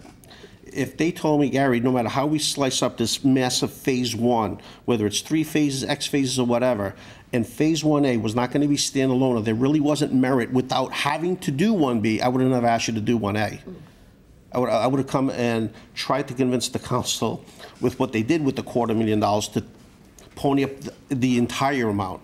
But no, so the short answer to that is no, because they're not going to invest all this money, only tell us a few years down the line that you need to pull that out. Thank you, Mr. President. Thank you. So, as part of the process, I think you should call for a site visit when he determines the date and post it as part of the regular process. So would I do that as a formal You piece of don't, new business? no, you don't have to. You just post a committee meeting at that time. This is assigned to your committee. Oh, So, thank you. so you could. And I will do that. When you two can negotiate the date and then post accordingly. Thank you. The site visit. I think Council Hall and then Parika. All right, I'll just make it really quick. I'm thinking this is really fascinating because I've had a lot of discussions. When you talk about preservation, I've done a lot of stuff with the Preservation Society and had some conversations with Gary Demers, and we got all excited about 67 Mechanic Street, and we thought there was water running under there. But then Mr. Demers says there's water that actually runs under his factory. And the thing is, I started reading some things coming down from the state where the state is really, it is investing in seawalls, but it's also investing in hydropower too. So the state is moving in a little direction of trying to get away from compressor stations and move towards alternative sources of Energy. And so I said to, was talking to Gary and said, not you, Gary, but I the know, other, and said, yeah. wouldn't it be nice if Attleboro could be a pilot project of some sort? So I guess I'm looking to see, hopefully, if we keep going, we might even get more money coming down if we're able to pull this off. So number 6 may end up being the one that gets you the most money in the long run. I mean, as Council Jack, I try not to leave any money on the table to Right. get whatever, because it's there, We it's just for the gotta watch. taking, so Keep an eye on it. keep it for Attleboro, so. Yeah. I just want, before Vice President Parika, I just want to say perhaps Council Conkey and Mr. Arajian can work with Mr. Demers as well to see that inside as Nice. Council Hall suggesting sort of how the water runs through. Oh, the sluice way, Yeah. oh, yeah, how it okay. runs Yeah, through his I'll- building and okay. talk with him. That's also a pretty impressive thing to see if you've never seen it before. I've seen So it. the site visit will be to go down and take a look at the dam, the Dodgeville Pond Mill, and then we could probably, if we get in a couple of cars, we can see some Around the potential outside. locations for, canoe pad, we'll set something, we'll work with Nick, and we can get that coordinated, so. And then not supposed to make comment from here, but I'm going to anyway. We had a meeting about this a month ago or so. Thank you for coming down and bringing it down this way. And one of the things in that meeting that Mr. Demers mentioned to me that I thought would be sort of catastrophic for the city would be that he has been, and correct me if I've gone off the rails, Gary, but he has been approached by certain environmental groups that think it's a good idea to remove these types of structures, and they would bear much of the cost to remove it, which is, in my opinion, not what we want to do for all the reasons Gary outlined. So thank you for highlighting those. You didn't say it, I did, only because I was there, but because I heard it from him. And the only other thing I want to point out is that the certificates of non-compliance and the notice to failure to comply were issued to the owner. Correct. Not the city. That's correct. We don't own it. That's right. Yep. Thank you. Vice President Perica. Yes. Thank you. Just as a point of clarification, it's Prosperity Park. That's the name of the park that's Grant Sagamore that was just mentioned. I remembered the name. So that was the point. And they do, like, that isn't a park per se that's owned by the city. It's maintained by the residents at that location. And that's one of the areas that we were just talking about. So just clarifying that one little discussion point. Thank you. Councilor Blady, do you have a comment? No. Any other questions or comments for Mr. Ration or for Mr. Wiley? Mr. Chairman, what would you like to do? I wish to make a motion to close the public hearing. Thank you. So we will close this public hearing. I declare this public hearing closed. And oh no, wait a minute. Let me make sure that somebody else is. Just how can you, just as a clarification, how do you close the public hearing when there might be, we're going on a site visit to have more clarifying information? Yeah. So and I didn't go to ask if there was anybody in opposition. So let me pause for a minute. The issue will be if you have the site, when you have the site visit, you won't be able to take testimony from the public because the public hearing will be closed if someone decided to show up. I don't think there's any urgency in terms of closing. We've got an extension till 19. I don't see any reason to keep it. I'll make a motion to keep it open. Thank you. So we leave this public hearing open at this point, but I will also ask to see if there's anyone else to speak in favor. I don't see anybody else here, but anyone to speak in opposition? Great. Neither for nor against. Francis.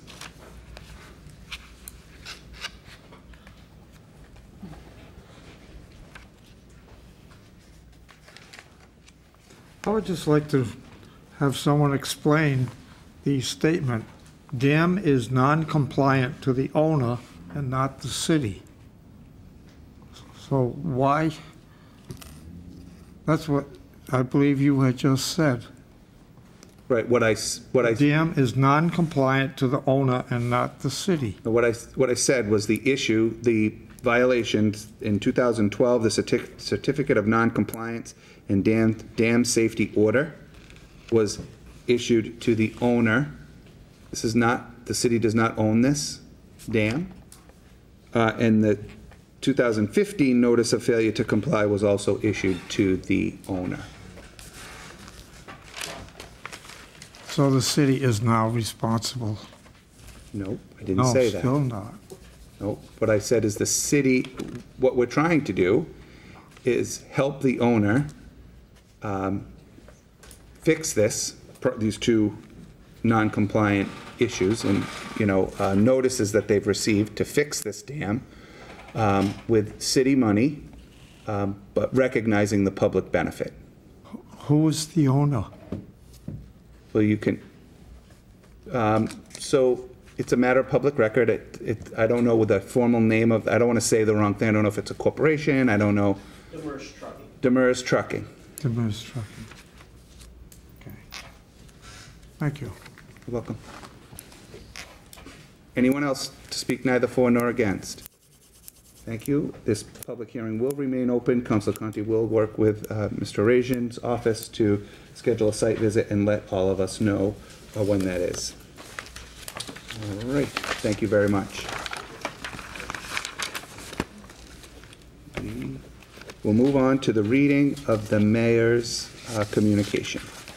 Okay, and I ask everyone to bear with me, this is very long this evening, so. May 15th, 2018, dear municipal councilors, I respectfully submit for confirmation by your honorable body the appointment of Lisa Nelson, 4 Williamsburg Lane, to fill a 3-year term on the Board of Assessors, term to expire February 2021. Copies in your packets. Personnel and Human Services Committee, please. For your information, I regret to inform your honorable body we have received the resignation of Scott Dominici from the Municipal Building Commission. As you are aware, Mr. Dominici has been elected to the school committee and can no longer serve on the Municipal Building Commission. I know you will join me in thanking Mr. Dominici for his service to the city. I respectfully submit a communication from Building Commissioner William McDonough regarding the need for funds to pay the alternate electrical inspector due to the unexpected leave of absence of the electrical inspector. Therefore, I hereby request your honorable body transfer $2,500 from account protective inspection salary to account protective inspection professional services. Copies in your packet. Personnel and Human Services, please. I respectfully submit a communication from Superintendent of Park and Forestry, Derek Corsi, regarding the need for funds to purchase replacement tools in the Forestry Department. On March 6, 2018, your honorable body voted to transfer $13,000 for repair of the forestry bucket truck. During that period of time, the part needed to fix the bucket truck was located at a much lower price, saving $5,535. Therefore, I hereby request your honorable body transfer $5,535 from account Park and Forestry Equipment Maintenance to account Park and Forestry Supplies Equipment. Copies in your packets. Public Works Committee, please. I respectfully submit a communication from Acting Superintendent of Water Courtney Wunschel regarding the need for funds to repave Reed Street at the overpass of Interstate 95 North due to a main break in December. Therefore, I hereby request your honorable body appropriate $38,500 from account Water Enterprise Fund retained earnings to account Water Enterprise Fund paving. Copies in your packet. Public Works, please. I respectfully submit a communication from City Auditor Deborah Gould requesting to close Fund 3324 Route 152 Bridge Main. On December 6, 2016, your honorable body voted to fund the Route 152 Bridge Main project from water retained earnings in the amount of $184,800. The auditing department has been notified by the Water Department that this project is complete. Therefore, I hereby request your honorable body to transfer the remaining balance of $2,478 in Fund 3324 Route 152 Bridge Main from account Route 152 Bridge Main's other financing uses to account Water Enterprise Fund other financing sources. This transaction will close the Route 152 Bridge Main Fund and will increase the equity in the Water Enterprise Fund. Copies in your packets. Budget Appropriations Committee, please. I respectfully submit a communication from City Auditor Deborah Gould requesting to close Fund 3327 Elmwood Ave Water Main. On February 21st, 2017, your honorable body voted to fund the Elmwood Ave Water Main project from water retained earnings in the amount of $135,000. The auditing department has been notified by the Water Department that this project is complete. Therefore, I hereby request your honorable body to transfer the remaining balance of $7,685.60 in Fund 3327 Elmwood Ave Water Main from account Elmwood Ave Water Main's other financing uses to account Water Enterprise Fund other financing sources. This transaction will close the Elmwood Ave Water Main Fund and will increase the equity in the Water Enterprise Fund. Copies in your packets. Budget Appropriations Committee, please. I respectfully submit a communication from City Auditor Deborah Gould requesting to close Fund 3319 Luther Pump. On December 22nd, 2015, your honorable body voted to fund the Luther Pump Project water retained earnings in the amount of $56,000. Additionally, your honorable body voted to fund an amendment to the design contract from Water Enterprise Fund Professional Services in the amount of $7,350. The auditing department has been notified by the Water Department that this project is complete. Therefore, I hereby request your honorable body transfer the remaining balance of $8,581.85 in Fund 3319 Luther Pump from account Luther Pump's other financing uses to account Water Enterprise Fund other financing sources. This transaction will close the Luther Pump Fund and will increase the equity in the Water Enterprise Fund. Copies in your packets. Budget Appropriations Committee, please. I respectfully submit a communication from City Auditor Deborah Gould requesting to close Fund 3321 filter press improvements. On May 30th, 2017, your honorable body voted to fund the filter press improvement project from wastewater retained earnings in the amount of $75,000. The auditing department has been notified by the wastewater department that this project is complete. Therefore, I hereby request your honorable body transfer the remaining balance of $39,987.30 in Fund 3321 filter press improvements from account filter press improvements other financing uses to account water enterprise fund other financing sources. This transaction will close the filter press improvement fund and will increase the equity in the wastewater enterprise fund. Copies in your packets. Budget and Appropriations Committee, please. I respectfully submit a communication from City Auditor Deborah Gould requesting to close Fund 3217 Diffused Air System. Your honorable body voted in 3 separate votes to fund the Diffused Air System project from the wastewater retained earnings as follows. On March 17, 2015, Council Vote Number 5, $48,000 to fund 3217 Diffused Air Systems for the nitrogen removal pilot plant post-aeration design. On June 16, 2015, Council Vote Number 5, $200,000 to fund 3217 Diffused Air System for the construction of the wastewater plant's diffused air system. On February 5, 2016, Council Vote Number 22, $63,900 to fund 3217 Diffused Air System to be used to cover the resident engineering and SCADA or SCADA integration costs. The auditing department has been notified by the wastewater department that this project is complete. Therefore, I hereby request your honorable body transfer the remaining balance of $36,850.67 in Fund 3217 Diffused Air System from account Diffused Air System other financing uses to account Wastewater Enterprise Fund other financing sources. This transaction will close the Diffused Air System Fund and will increase the equity in the Wastewater Enterprise Fund. Copies in your packets. Budget and Appropriations Committee, please. I respectfully submit for confirmation by your honorable body the appointment of Christine M. Johnson, 29 Harlan Place, Norwich, Connecticut, to fill the position of Library Director. Ms. Johnson has a start date of June 11, 2018. Should confirmation happen after this date, I will appoint her under a temporary 90-day appointment in accordance with Section 3-3B of the Attleboro Home Rule Charter. Resume in your packets. Personnel and Human Services, please. I respectfully submit a communication from Superintendent of Schools David Sawyer regarding the donation of 3 wooden gyros, which are Latin musical percussion instruments, to Willett Elementary School with a total value of $31.45. In addition, the donation of $50,000 from the Blue Pride Ambassador Committee from the Palooza 3 for the following dispersal. $29,000 for 90 Chromebooks and 3 Chrome carts with routers, $2,600 for Chromebook replacement parts, $16,000 for 4 interactive TV displays, $500 for library books and subscriptions, $1,900 for the Genius Bar Seed money, and any money left after all purchases are made will be added to the Genius Bar Seed money.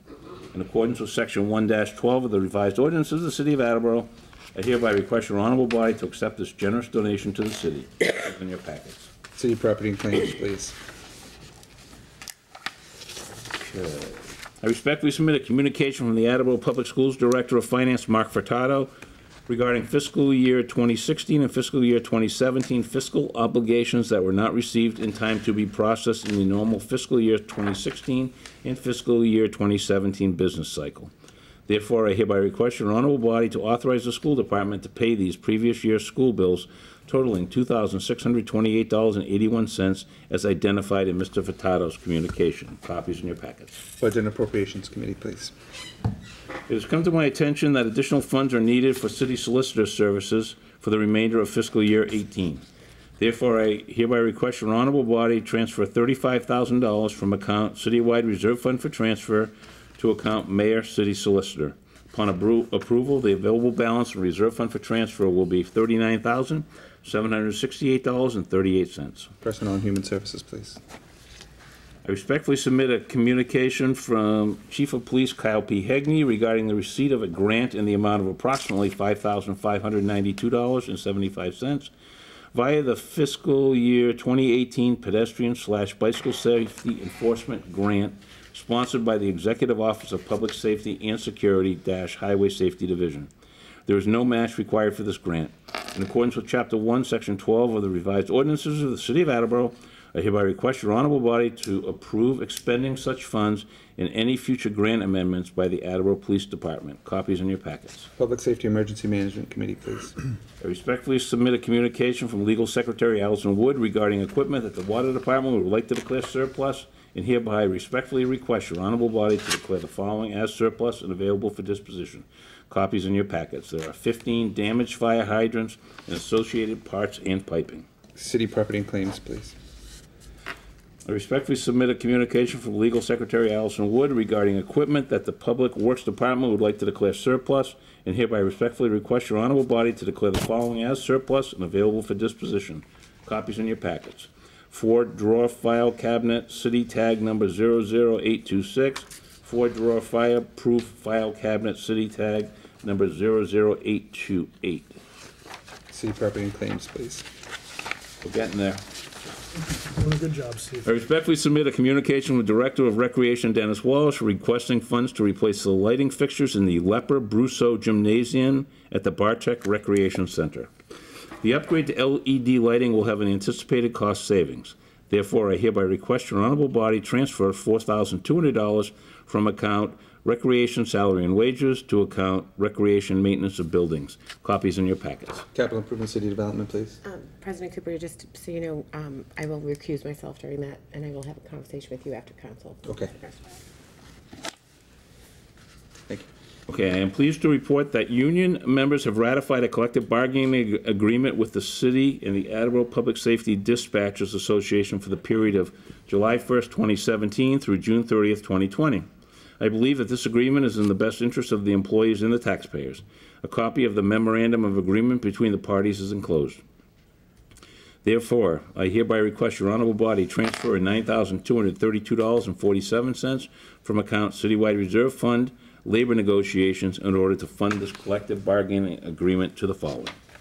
$384.20 to account police salary and wages full-time, $3,150 to account police lump sum retro, $49.01 to account police dispatcher overtime, $259.52 to account police night differential, $2,239.74 to account police holiday, and $3,150 to account police dispatcher stipend. Personnel and Human Services, please. I am pleased to report that union members have ratified a collective bargaining agreement between the city and the Attleboro Police Association, MCOP, for the period of July 1st, 2017 through June 30th, 2020. I believe that this agreement is in the best interest of the employees and the taxpayers. A copy of the memorandum of agreement between the parties is enclosed. Therefore, I respectfully request your honorable body to transfer $78,000 from account Citywide Reserve Fund labor negotiations in order to fund this collective bargaining agreement to the following. $78,000 to account police lump sum retro. Personnel and Human Services, please. Now that all these unions have ratified their agreements, it is fair and equitable to extend a similar salary adjustment increase to non-union employees, which will go into effect July 1st, 2018. I believe that this is in the best interest of the employees and the taxpayers. Personnel and Human Services, please. Sincerely, Paul Haru, Mayor. Thank you. Take it. Okay, and we have some other communications this Thank evening you. also. We have a communication dated April 30th, 2018 from Theodore and Robert Pitus of Waterboro, Maine, regarding the sale of 4.3 acres of land on Lynn Street, Attleboro, on Assessors Map 73, Lot 173, and Assessors Map 74, Lot 46B. Copy to all councilors. We have received a certificate of vote from the Planning Board dated May 10th, 2018, stating that the loan order for the rehabilitation of the Dodgeville Pond Dam is consistent with the city's comprehensive plan. Capital Improvements Committee, please. We received a special permit application from Canatech Medicinals, Inc. of Fall River to open a registered marijuana dispensary pursuant to Section 17-9.0 special permits and Section 17-10.15 registered marijuana dispensary uses at 220 O'Neill Boulevard, Attleboro. Thank you. Zoning and Land Use Committee, please. Council Hall, would you like to call for a public hearing on Tuesday, June 19th? Yes, that'd be great. Thank you.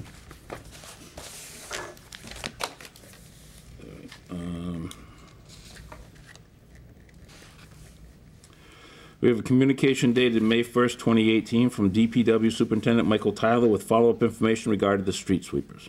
Public Works Committee, please. We received a Class 2 amended license application from New England Automax, Inc. of 800 Washington Street, Attleboro. License Committee, please. We received a communication dated May 4th, 2018 from Attorney Mark G. DiGiacomo regarding the sale of land at 104 Mechanic Street as it is currently classified recreational land. Copy to all councilors. We received a communication from April 30th, 2018 from Pat Allard of the Lions Club of South Attleboro with an invitation to DARE Student Excellence Award Dinner on May 31st, 2018 at 6 p.m. Copy to all councilors. And we also received a communication dated May 1st, 2018 from Director of Veteran Services, Ken Batature, with the Memorial Day ceremonies itinerary and the dates to assist with the flag placement for grave sites across Attleboro. Copy to all councilors. And that is all I have.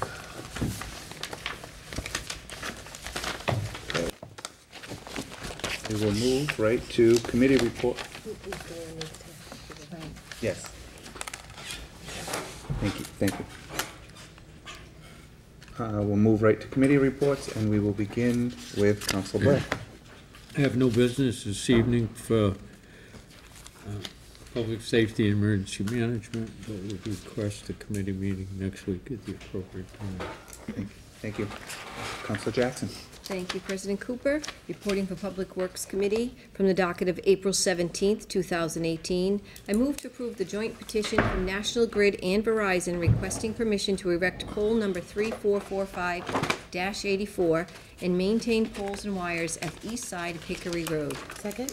Thank you. Thank you. Motion's in order. Councilor Jackson. Yes, I was not here for the public hearing. I thank my second chair, Vice President Parika, for handling that, and my understanding is that we did have a representative here, but there was no one here to speak in opposition. Any other questions or comments? Hearing none, this requires a voice vote. All in favor? Aye. Thank you. Motion passes. Thank you.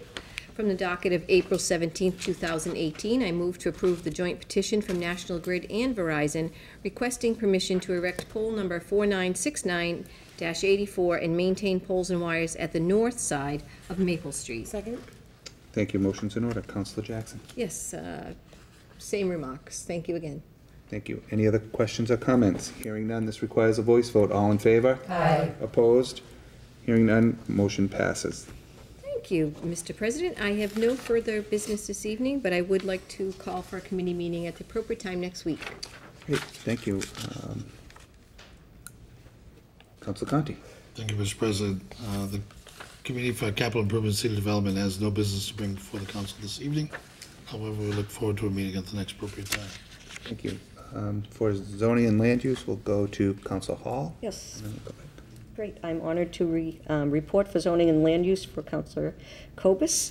From the docket of November 21st, 2017, I move to refer the following matter to the Planning Board for study and recommendation. That the city adopt an ordinance governing the operation of non-medical marijuana establishments as defined under Mass General Law, Chapter 94G, Section 1. Second. Thank you. Thank you. Motion is in order. Council Hall. Yes, thank you. And this is really a good move. It has to be done through here to keep documentation, to ensure that the planning board has an opportunity to also review this on behalf of us, the council, zoning and land use, and I think it's a great idea. Thank you. Any other questions or comments? Hearing none, this requires a voice vote. All in favor? Aye. Opposed? Thank you. Motion passes.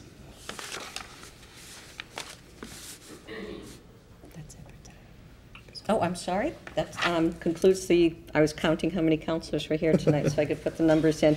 So this concludes the business for zoning and land use, and I ask for a meeting at the next appropriate time. Thank you. Thank you. Council Frika. Thank you very much, President Cooper. There's no business for traffic and transportation for this evening, but I call for a committee meeting at the next appropriate time. Thank you. Councilor Delesio.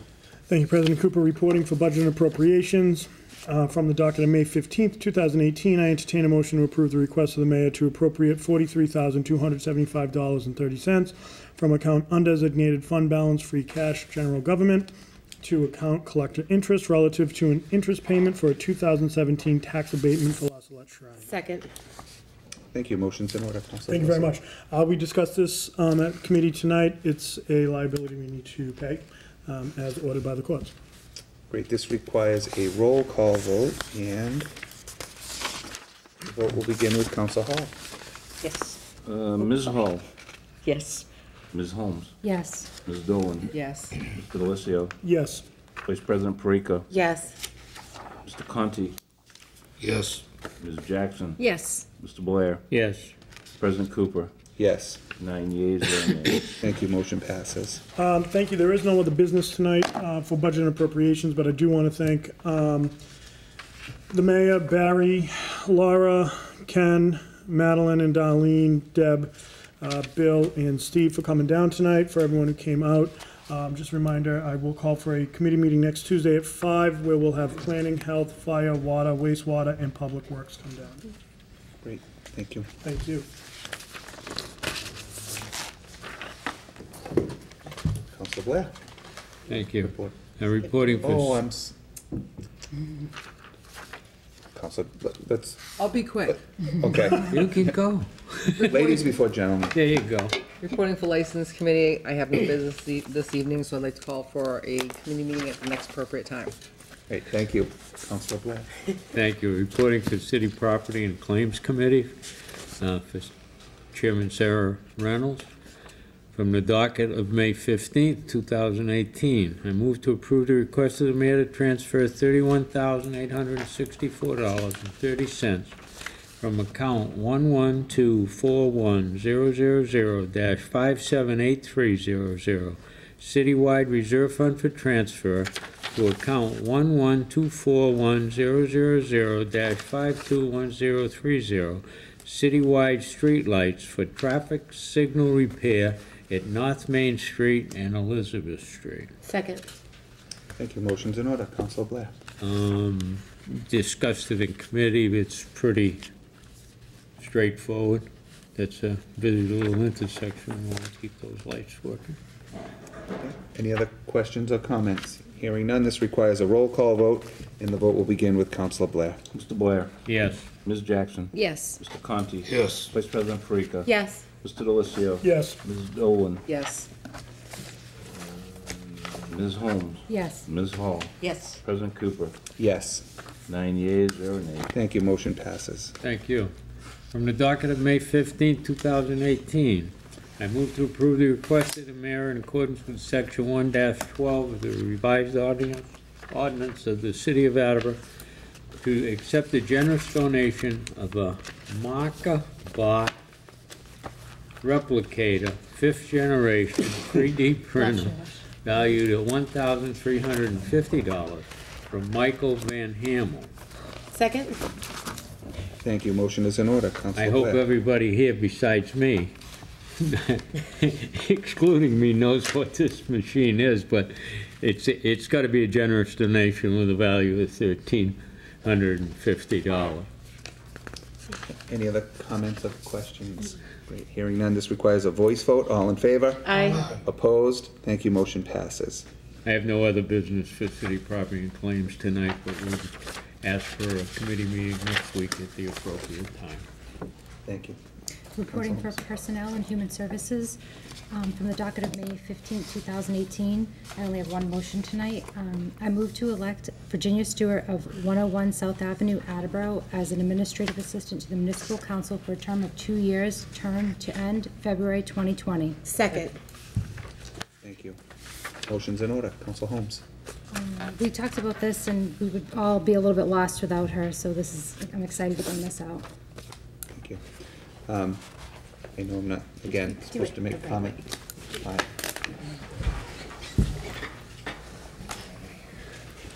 Do it the right way every once in a while. President Cooper. Thank you.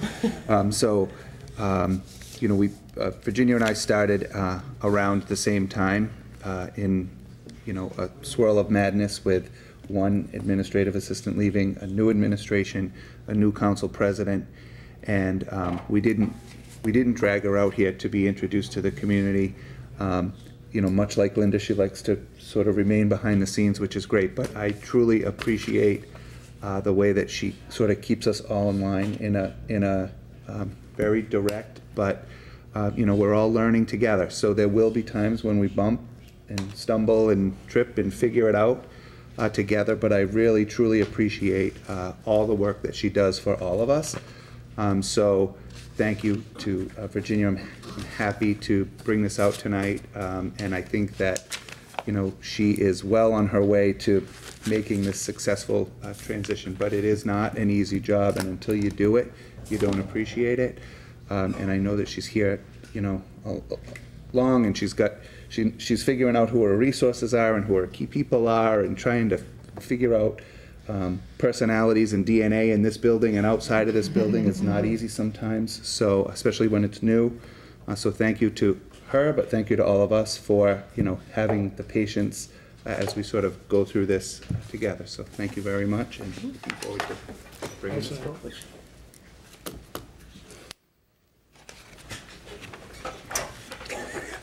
Any other questions or comments? Hearing none, this requires a roll call vote, and the vote will begin with Councillor Hall. Ms. Hall? Yes. Ms. Holmes? Yes.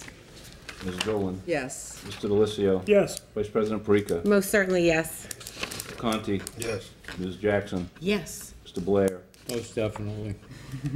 President Cooper? Yes. 9 yeas, 0 nays. Thank you. Motion passes. That's it for, yay. It's official. She's stuck with us now. That's 3 years. She just picked up her stuff, she's going. Council Hall. Yes, thank you. Reporting on Committee on Ordinance, Elections, and Legislative Matters from the docket of February 6, 2018. I entertain a motion to strike the following item from the docket of February 6, 2018.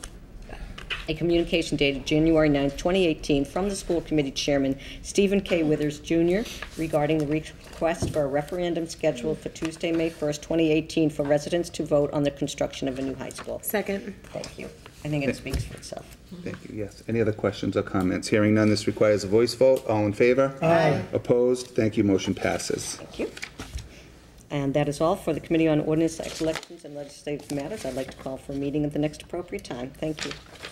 There is no old business. There are 2 items of new business. Vice President Parika.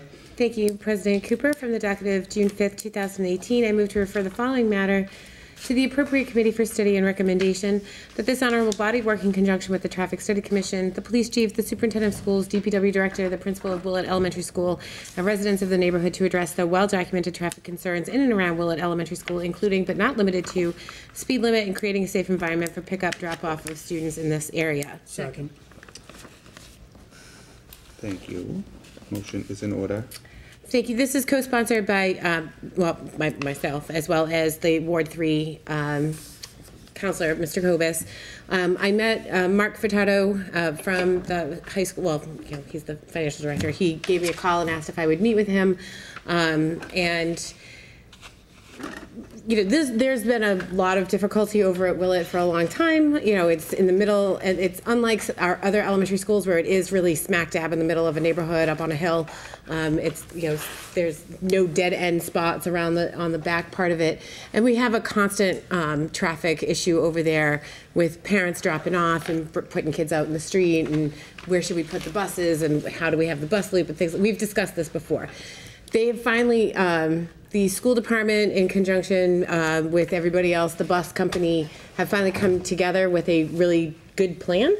It's going to need our assistance. You know, during committee, I didn't want to go into it ad nauseum here this evening, but I do have a map and a plan, and it may require like a temporary, you know, bus access only on Watson Street for 45 minutes in the morning and 45 minutes in the afternoon. So there's lots of things that we need to discuss, but we need to make that area significantly safer for pickup and drop off.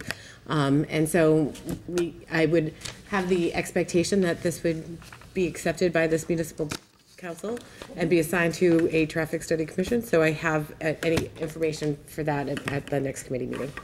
Great. Any other questions or comments? Hearing none, this requires a voice vote. All in favor? Aye. Opposed?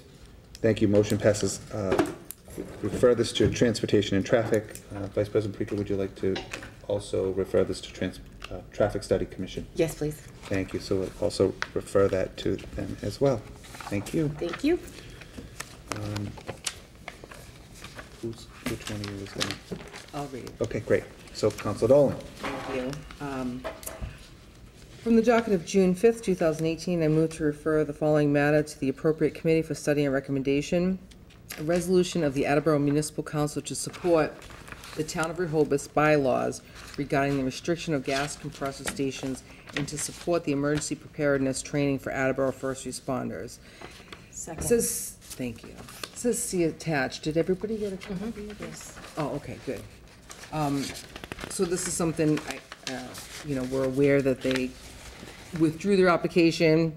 Doesn't mean they're gonna come back, and we just want to be prepared. And actually, Diana Councilor Holmes has done, most of the work on it, meeting with the gentleman that wrote the bylaws for Rehoboth. We just want to stay in line and support them because obviously Ward 6 and Ward 5, I don't think Ward 4, Ward 4, we're butters to where the situation would occur. So we just want to stay on top of everything, and we just changed some of the wording because now they're called Enbridge, they used to be Spectra. We just want to make sure we have all our ducks in a row so we're prepared for if it hopefully doesn't, if they do come back. Any other questions or comments? Council Hall. Yes, and I did make the comment, and we all remember here that we did do a resolution previously for the same subject. So I'm going to ask respectfully that we don't repeat what we could maybe update it, but we do have a resolution already in place supporting the town of Rehoboth on this matter. So we just need to look and make sure that we're not, like I said, repeating it, and that I don't know if there's a way to amend it or something of the sort, that be looked at. So I think the way to amend it is to do what we're doing, to refer this back. It's very, I spoke to Councilor Holmes about this by phone to get it updated, and I also asked her at that time that we add to CC the new resolution to the town of Burrillville, because we've all sort of seen that in the news and see that much of Attleboro is within the area. If there was some type of catastrophic event in Burrillville, Attleboro could or would very likely to be affected. So I asked that be added in the final version. So I think the appropriate thing to do is to refer it to zoning and land use and let it go through the process. But that said, Councilor Holmes. Yes, this is just, it's very similar. It's just adding on to the first, actually the first resolution doesn't make sense because it says Spectra all through it, and that company doesn't own it anymore. So it really, this is just kind of updating it with the new language. And since then, Rehoboth has bylaws, so this is just saying, again, we support what you're doing, and that's pretty much it. We're surrounded, it's not in Attleboro, it's in Rehoboth, so it's just saying we continue to support your efforts. Vice President Preca. Thank you, President Cooper. I did have an opportunity to read this. You guys did a really great job. I struggled a little bit with the previous resolution that we had. I think this is significantly more streamlined. It definitely shows what our support is, and I think you guys did a great job, so I'm happy to support it being referred to committee. So, any other questions or comments? Hearing none, this requires a voice vote. All in favor? Aye. Opposed? Thank you. Motion passes, and I'm going to refer that to Zoning and Land Use Committee. At this time, I would entertain a motion to adjourn. Second. All in favor? Aye. Thank you. We are adjourned at 8:37. Fast enough on that.